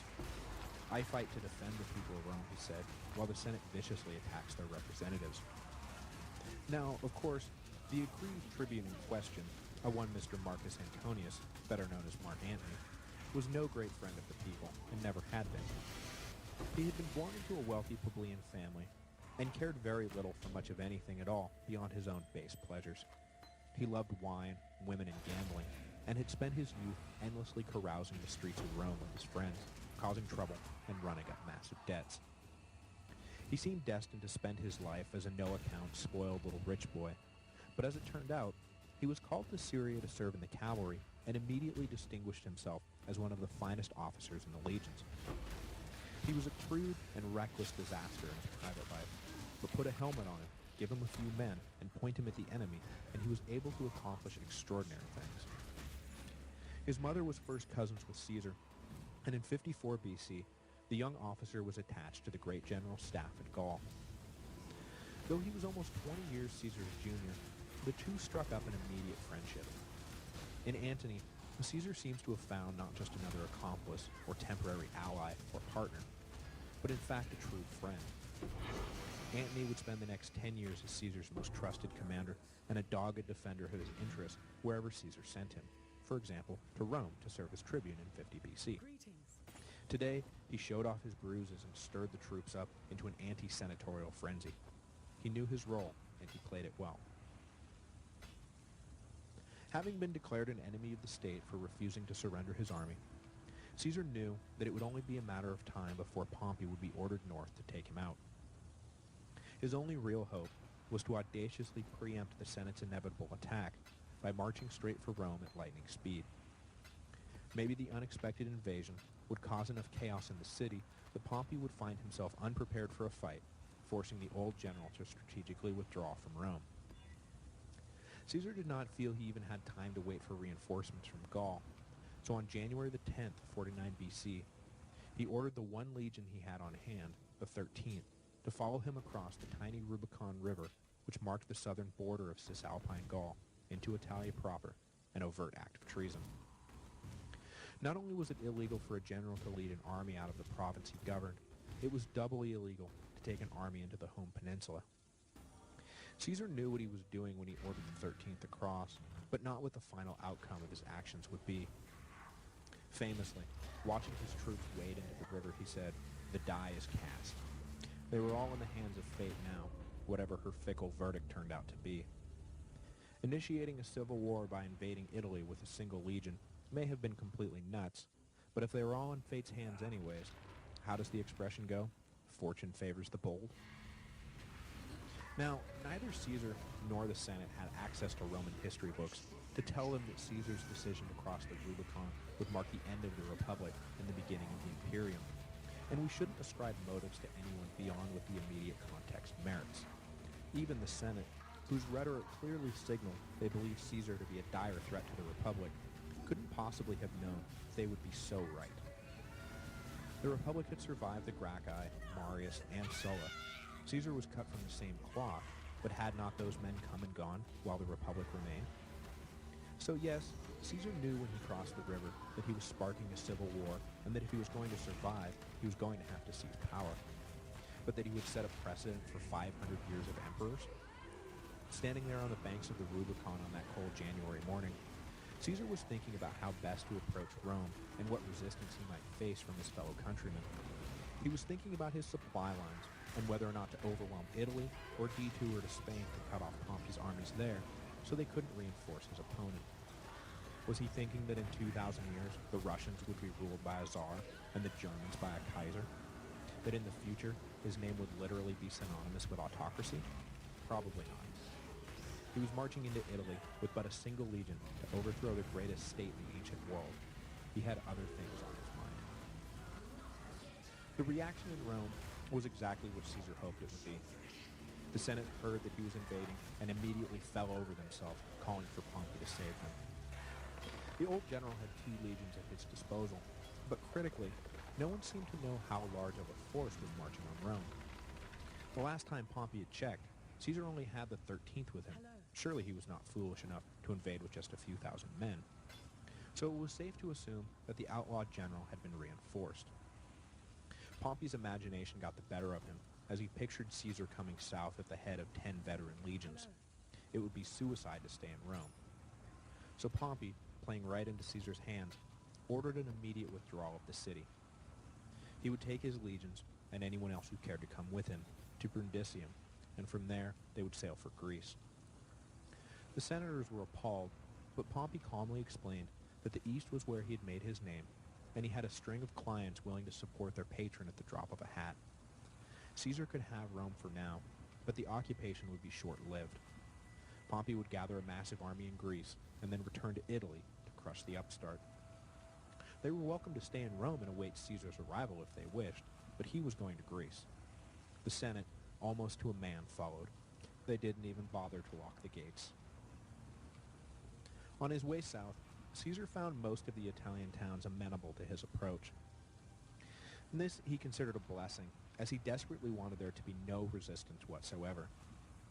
Despite the propaganda he was issuing about how he was the victim, and how he was the true defender of the people, and how he was the Republic, he knew full well that he was committing treason. If he was going to skate through this, he would need his fellow citizens to be complicit in the whitewashing of his coup d'etat. The last thing he needed was to be seen killing and pillaging peaceful Italian towns. At one point, though, a city garrisoned by a conservative general did attempt to hold out, but Caesar managed to convince him to surrender without spilling blood. When the general and his captains emerged from behind the walls, they fully expected to be executed, but Caesar released them, going so far as to tell them that they could go join up with Pompey and continue to fight him if that's what they thought was best. Everyone was shocked by this display of leniency. Caesar didn't even make them promise not to oppose him in the future. But Caesar knew exactly what he was doing. He was weaving a spell of legitimacy around himself, and the spell would only work if he didn't give anyone an excuse to point out that he was engaged in criminal conquest. There could be no martyrs. He was the friend of everyone, even his enemies. It drove both his friends and enemies crazy, but the people caught in the middle would remain on the sidelines as long as Caesar did nothing to provoke them. With Pompey headed south with a head start, Caesar's main motivation at this point was not to make straight for Rome, but rather to march for Brundisium as fast as possible and try to cut off access to the port city. If he could keep Pompey from reaching Greece, he might be able to force a resolution to the conflict before the end of the year. As the two armies raced for Brundisium, envoys from both camps traveled back and forth, exchanging proposals and counter-proposals to secure a peace before things got out of hand. More than anything, Caesar wanted to meet privately with Pompey. If the two of them could get together alone, he was sure they could hash out a peace. But the Senate was adamant that Pompey not agree to the terms. They were certain that dynamic Caesar would convince old Pompey to sell out the Senate and renew their previous alliance. All attempts at talk were foiled. Despite Caesar's double-time pace, Pompey reached Brundisium first and fortified the city. Caesar arrived not long after and laid siege, including an attempt to blockade the port, but his efforts failed, and ships from Greece were able to spirit Pompey and the Senate away. Caesar was now in control of Italy, but it was a hollow victory. The entire Republican governing apparatus had fled the peninsula. Even with his mastery of propaganda, it would be hard for Caesar to convince anyone that his control of Italy was legitimate. But there was no time to worry about that now. He wheeled around and headed to Rome, marching into the city in April of 49 BC. It was awkward marching his army into the unprotected city. There was no resistance, but there was also no support. He called a meeting of the Senate to plead his case, but it was a sparsely attended affair, and those who remained in the city were all B-list nobodies anyway. Everyone that mattered was already gone. He received a much more enthusiastic welcome when he addressed the popular assemblies, promising them cash and grain under his administration, but they immediately turned on him when he looted the public treasury to help pay his soldiers. To make matters worse, a stubborn tribune had made a point of physically standing between Caesar and the treasury doors. After making such a big deal about the treatment of Mark Antony, Caesar's hypocrisy was in full display as he threatened to kill the obstinate tribune if he did not clear a path. After seizing the cash and resupplying his army, Caesar was savvy enough to know that he best get out of the city before he damaged his standing any more than he already had. This was a political conflict as much as it was a military affair, and losing on either front would cripple his long-term goals. Though he had done himself no favors with his conduct in Rome, military victory would go a long way towards solving his political problems. So leaving Mark Antony in charge of the city, Caesar led his legions out the gate. Caesar decided to put off chasing after Pompey for now, and instead resolved to neutralize any support that may come in from Spain. In an amazing 27 days, Caesar marched his legions from Rome to Spain, picking up additional forces in Gaul along the way. He entered Hispania with some 30,000 troops, intent on taking the Spanish legions out of the fight before Pompey could figure out how to put them to good use. He had expected to meet limited resistance from Pompey's 5 leaderless legions, but the commanders left in charge had no intention of rolling over for Caesar. When the two forces met in battle briefly for an initial skirmish, the Pompeian legions showed surprising resiliency in the field, throwing back Caesar's men, who had grown accustomed to easy victory. But success in the field would not be enough. The local Spanish tribes concluded that if they helped Caesar win control of the empire, he may repay the favor by easing the burden of servitude imposed by Rome. The Pompeian forces soon found themselves bottled up without access to allies or supplies. To prevent any escape, Caesar camped his army practically on top of the enemy, and soon soldiers from both sides began to slip back and forth between the opposing camps to drink and commiserate over what a miserable lot they had all drawn. Fighting fellow Romans was not why any of them had joined up. In particular, the foot soldiers in the Pompeian legions were jealous of Caesar's men, who had grown rich, being led by the great general, while they wasted away supporting a pack of rich old men who didn't care about them anyway. It didn't help when the Pompeian commanders cracked down hard on the intermingling, while Caesar turned a blind eye to the enemy soldiers drinking in his own camp. Soon enough, though, the commanders, out of food and supplies, joined in their soldiers' dissatisfaction. They weren't going to starve to death defending the honor of a bunch of senators. They surrendered, and when Caesar disbanded the defeated legions, the vast majority of them turned right around and signed up to fight for the man who had just defeated them. Stronger than ever, Caesar marched back to Italy. When he arrived in Rome this time, in December of 49 BC, things went quite a bit better. Allies had managed to formalize an appointment to the office of dictator, giving Caesar legal powers he had not had previously. But unlike Marius and Sulla, who had used their powers to murder their enemies, Caesar showed amazing restraint, turning his attention away from revenge and toward the grain supply problems and economic meltdowns that had been caused by the Civil War. Quickly reorganizing the logistics and finances of the state, Caesar then resigned his dictatorship, declaring his intention to serve merely as a consul, which, he reminded everyone, was all he wanted anyway. The citizens of Rome were amazed, and it did much to repair the damage he had done in his first tour through the city. But he would not be staying in Rome for long. Now a consul, with at least a claim to legitimacy, Caesar headed to Brundisium with 7 legions. Pompey had spent the year gathering a massive international army, and it was a sure bet that come the spring it would be pouring back across the Adriatic. Most troubling for Caesar, who knew that his best shot lay in taking the fight to Pompey in Greece, was the fact that Pompey had some 600 ships patrolling the Adriatic, an impossible blockade if Caesar played it by the book, which clearly stated that he had to wait for spring, and that no one sailed the whole army across the Adriatic in winter. So Caesar threw the book out and ordered an unprecedented January crossing. If not for their fanatical loyalty, Caesar may have been faced with a full-blown mutiny, but instead, his soldiers jumped into the crazy plan with relish. Even crazier, Caesar only had enough ships for about half his troops. He would have to send one convoy across, hope it could run the blockade, survive the dangerous seas, and hold a beachhead totally outnumbered in enemy territory. The odds of making it across unscathed one time were long, but Caesar then planned to do it all again a second time to bring over the rest of his troops. Fortune had better favor the bold. Pompey's fleet, ironically led by Caesar's old consular rival Bibulus, was totally unprepared for the January crossing, and Caesar led the first wave across intact and unchallenged. Enraged and embarrassed, however, Bibulus was well prepared for the second wave and prevented them from crossing. Caesar's old nemesis died not long after, and it was remarked that he had exerted himself so much in the wintry seas that he had literally worked himself to death. But he had left Caesar with half an army on the far side of the Adriatic, a fine parting gift from a man who had for so long been a thorn in Caesar's side. We'll leave Caesar there for now, camped in Epirus with half an army, surrounded by enemies. However, as next weekend contains both my own birthday and the soon-to-be Mrs. History of Rome's birthday, it'll be an extra week before we get to the final confrontation with Pompey at Pharsalus. The History of Rome will be back in 2 weeks for Caesar's final victory over the Senate and his return to Rome as the sole master of the greatest empire in the world.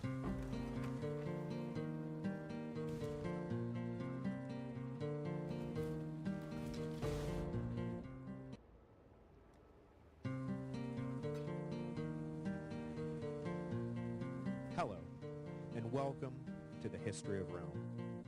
Episode 44, Caesar Triumphant. Last time, we left Caesar in a somewhat precarious position. Sorry about that, Caesar. On the far side of the Adriatic with only half his army. The rest of Caesar's men had been turned back by the naval blockade led by Bibulus, who died denying the second half of his old enemy's army an easy crossing. Pompey, with his well-supplied and much larger army, now numbering some 45,000, coming along nicely, he made no attempt to attack Caesar right away, even with the latter's army at half strength. He knew that Caesar was in a rotten position, and would soon discover that food for his men and horses would be hard to come by in this hostile country. Let the rebels starve. Best case scenario, they eventually surrendered, and no more Roman blood is spilled. Worst case scenario, they refuse to give up, and Pompey's well-fed army crushes Caesar's exhausted and starving troops. The smart play was definitely to wait. The contrasting styles of the two generals could not be more apparent during the coming campaign in Greece. Pompey was careful, methodical, and well-organized. He had no need to take risks because time and numbers were both on his side. Caesar, on the other hand, was flying by the seat of his pants, making it up as he went, and taking wild risks every step of the way. I think 99 times out of 100, the Pompey model beats the Caesar model, but every so often, that one shot pops up. Caesar may have been one of the most brilliant generals of the ancient world, but he was also, by his own admission, one of the luckiest. This luck was well on display when the two armies finally did meet at Dyrrhachium in May of 48 BC. In the months after his landing, Caesar used every channel he could think of to secure a truce with Pompey, from the highest diplomatic overtures to sending legionaries to the outskirts of Pompey's camp to try and get the foot soldiers on both sides to agree that fighting each other was crazy. Caesar pursued peace not only because he wanted to build the case that he was not the aggressor, but he was also in no position to actually, win a battle. It was this latter fact that kept Pompey and the Senate from taking Caesar's overtures too seriously. So as the winter slogged on, things were not looking good for Caesar. Not only were his men struggling on a subsistence diet, but he began to suspect that his allies in Italy were intentionally delaying the launch of the reinforcements Bibulus had turned back. Had he been betrayed? Had he foolishly rushed into his own destruction? A man of action, Caesar was unable to hold still, and even attempted to cross back across the wintry Adriatic Sea to fetch his missing troops, but was turned back by a storm. He was left to brood in his tent, racked with doubts about his position and his own abilities. But just as he was beginning to lose heart, Mark Antony lit a fire under the legions waiting in Brundisium and led them boldly across the Adriatic. Antony may have been crass, vulgar, and an unrepentant hedonist, but he was nothing if not a brilliant soldier and Caesar's most loyal captain. There was no way he was going to hang his general out to dry, even if more than a few people had whispered in his ear that he ought to do just that. When the spring came, the reinforcements linked up with Caesar, bringing his numbers up to a respectable 15,000. Now at full strength, and with Antony at his side, Caesar felt confident about taking the fight to Pompey. By May, the Republic's army was camped just south of Dyrrhachium, a port city which lay directly across the Adriatic from Brundisium in modern Albania.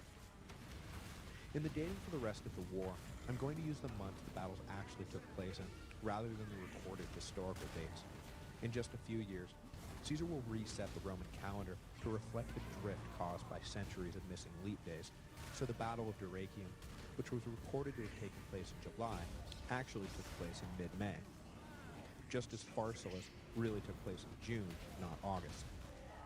The difference in dates may seem trivial, but to understand Pompey's hope that he would be able to starve Caesar into submission, you have to understand that everything took place before the harvest season, not after it, as the misaligned old calendar implied. So in May of 48 BC, Pompey was camped in a strong position with the sea and a link to endless supplies at his back, surrounded by steep hills. No direct assault was possible, so Caesar decided to try to recreate some of his success at Alesia and hem Pompey in. He ordered the same men who had built him a bridge across the Rhine in 10 days to build him a wall in a giant arc, starting at the sea north of Pompey's camp, running up and down the hills to the east, and then wrapping back around and connecting to the Adriatic in the south.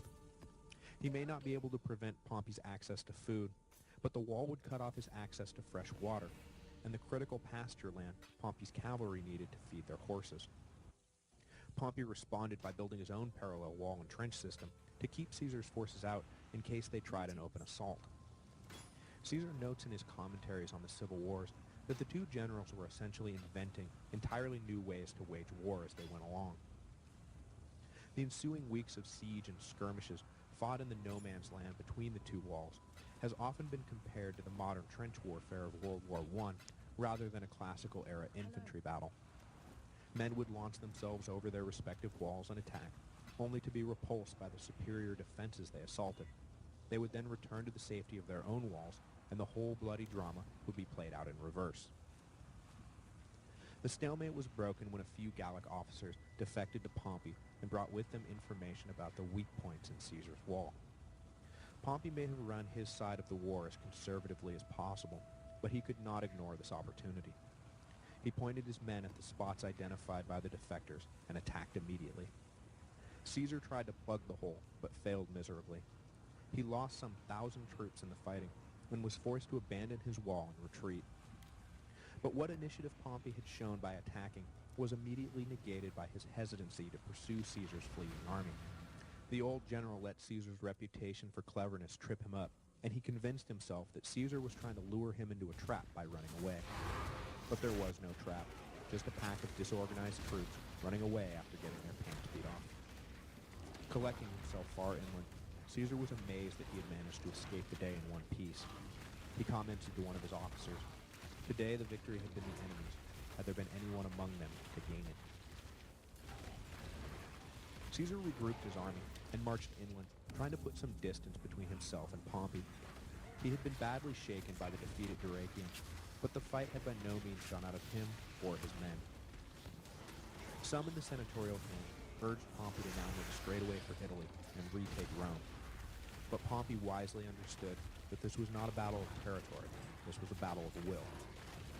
The objective was not to control Rome, it was to defeat Caesar.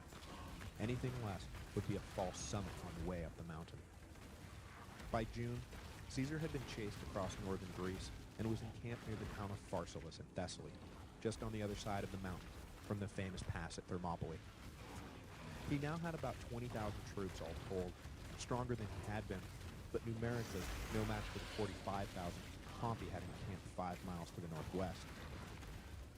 At Pharsalus, Pompey held the high ground and all the advantages of being in friendly country, and so was content to starve Caesar into submission. But he was surrounded by the Senate in exile, who pressed Pompey to attack and end the war once and for all. Every day, Caesar would march his army out onto the plain to offer battle, desperate for a conclusive fight, but Pompey would always decline. After a few days of light skirmishes, though, he finally gave in to pressure from the Senate and marched out in full force. He may have had misgivings about whether it was a good idea, but if it was a battle the Senate and Caesar wanted, a battle was what they would get. The Senate was overjoyed as they looked past the battle to a post-Caesar world. They argued in their tents about who would become Pontifex Maximus, who would be consul in the next year, how Caesar's estates would be divided, everything it seemed but the battle itself. Caesar was not so distracted. The two armies were lined up with a river on Caesar's left and Pompey's right, making any attempt to flank the other on that front a non-starter. So both commanders looked to Caesar's right as the center of the action. Pompey massed all his cavalry on that flank and intended to smash through Caesar's weaker horsemen and then surround the small army. But Caesar immediately understood what Pompey's deployment meant and peeled off a cohort of men from each of his 3 lines and angled them as a 4th line as backup for his cavalry. He deployed this 4th line under cover of dust and the marching of his light skirmishers, so Pompey would not realize the additional wall of infantry existed.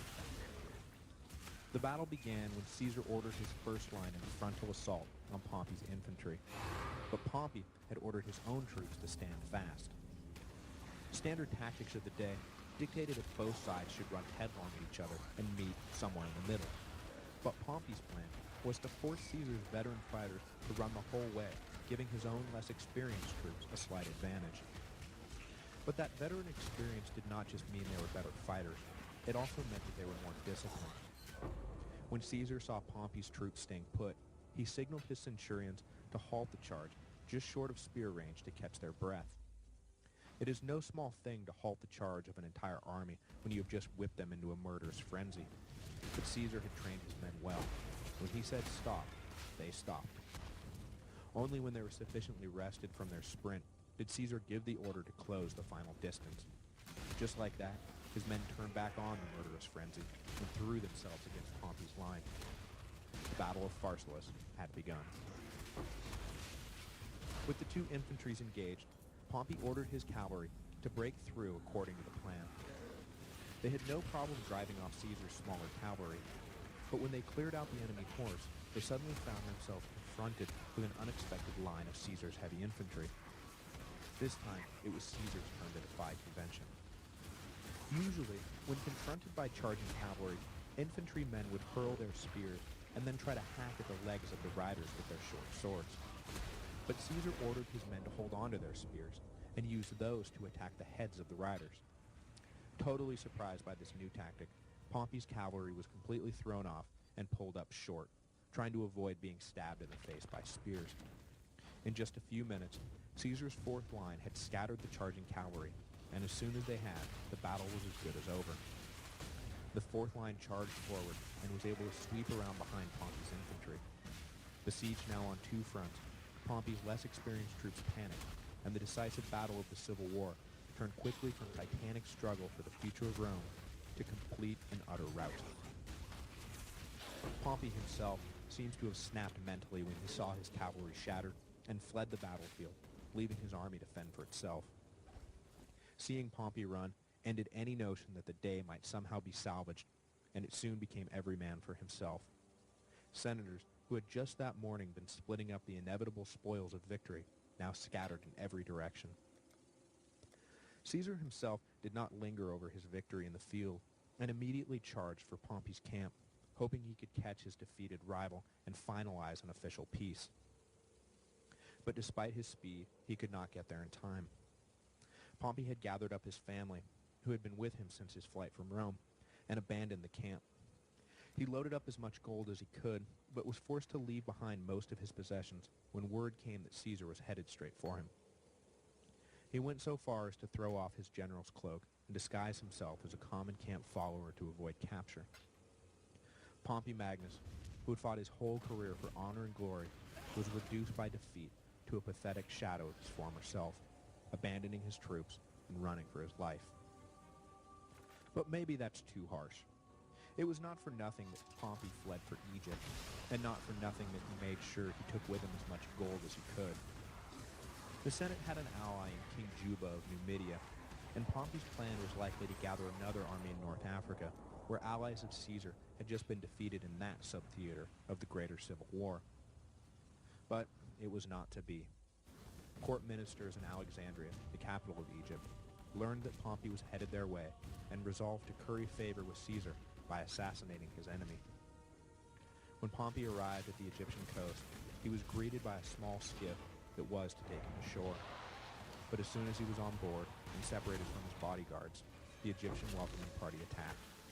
They stabbed Pompey repeatedly, murdering him there on the shores of Egypt, the second triumvirate, to meet a violent end after a life spent chasing greatness. When Caesar heard the news, he was enraged. The conspiring ministers in Alexandria could not have been more wrong about what Caesar wanted, and their clever plan totally backfired. Rather than making a friend in Caesar, they had just cemented him as a furious enemy. See, Caesar's whole posture had always been one of the magnanimous victor, the generous statesman who was forever pardoning his enemies. After the Battle of Pharsalus, a whole contingent of senators decided that running in order to keep up the fight was pointless, and supplicated themselves before Caesar, expecting the worst, but hoping for the best. Caesar pardoned them all, and declared it his greatest desire to simply heal the divisions within the state and reunite Rome as one body. Among those who begged forgiveness was Marcus Brutus, son of Caesar's old mistress Servilia, whom Caesar had long regarded affectionately as a stepson. He welcomed Brutus back to his side and told him to forget the past, that together they would build a new future for Rome. And this was exactly how he intended to handle his old friend Pompey the Great, just as soon as he caught him. So you can imagine Caesar's reaction when he landed in Alexandria in the autumn of 48 BC, hot on Pompey's heels, and instead of receiving information about which direction his rival had gone, he was instead presented with Pompey's head. The assassination denied Caesar his planned public relations coup de grace of pardoning Pompey and asking that he serve beside him as together they repaired Rome and made the empire even greater than it had been before the Civil War. When he saw the head, he wept bitter tears, and to everyone's shock, ordered that it be buried with full honors. The ashes of Pompey's body were handed over to his grieving widow, who was allowed to return to Rome and perform the funeral rites becoming of a great hero. When Caesar was done mourning his old partner and one-time son-in-law, he turned to the ministers who had engineered the assassination. They were in big trouble. Alexandria had been founded in 334 BC by Alexander the Great, and since that time, it had grown to become one of the most important cities of the ancient world, nearly as wealthy and populous as Rome itself. When Alexander died, his domains had been divided up by his former captains, with Egypt going to the general Ptolemy, and since then, the Ptolemaic dynasty had ruled the Nile from the growing cosmopolitan capital of Alexandria. The Greek-speaking Ptolemies made no effort to integrate with the locals and rarely left the safety of their palaces. But with the death of Ptolemy XII in 51 BC, the ruling dynasty was fractured. The dead king had decreed that his son and daughter ought to be co-rulers in the Egyptian tradition. But the same court ministers who would later assassinate Pompey had decided that the 10-year-old Ptolemy XIII would be far easier to control than his 18-year-old sister Cleopatra, and so worked diligently to marginalize her power. But Cleopatra was savvy, and, seeing that she was the target of palace intrigue, did something totally radical. She turned to the local Egyptians for support. She became the first of the Ptolemies to learn Egyptian and often took part in the local religious festivals in her role as queen. By ingratiating herself with the locals, the queen became even more dangerous to the ministers controlling her brother, and so, by the time Caesar arrived in Egypt, a full-blown civil war was underway, with Cleopatra exiled from the capital, leading an army of local Egyptians. But at that time in Egypt, support from the locals did not count for nearly as much as support from the Greeks in Alexandria, so her position was dicey at best. And this is why it had been such a huge mistake by the conspiring ministers to kill Pompey. It caused Caesar, in his disgust, to turn away from the young king they controlled and look for other allies in Egypt to support. Cleopatra fit the bill perfectly. So, rather than return to Rome and begin consolidating his power there, Caesar announced his intention to stay in Alexandria and settle the civil war. But placing an ally on the throne was not Caesar's only reason for staying in Egypt. His endless campaigning was expensive, and he needed money. With the rise of Rome, the Ptolemies maintained the independence of Egypt by issuing massive bribes to influential Romans, which in time included Crassus, Pompey, and Caesar. Caesar reminded young Ptolemy XIII that the last round of payments promised by his father had in no way been forgotten just because the old king had died. Ptolemy's ministers did everything they could to try to convince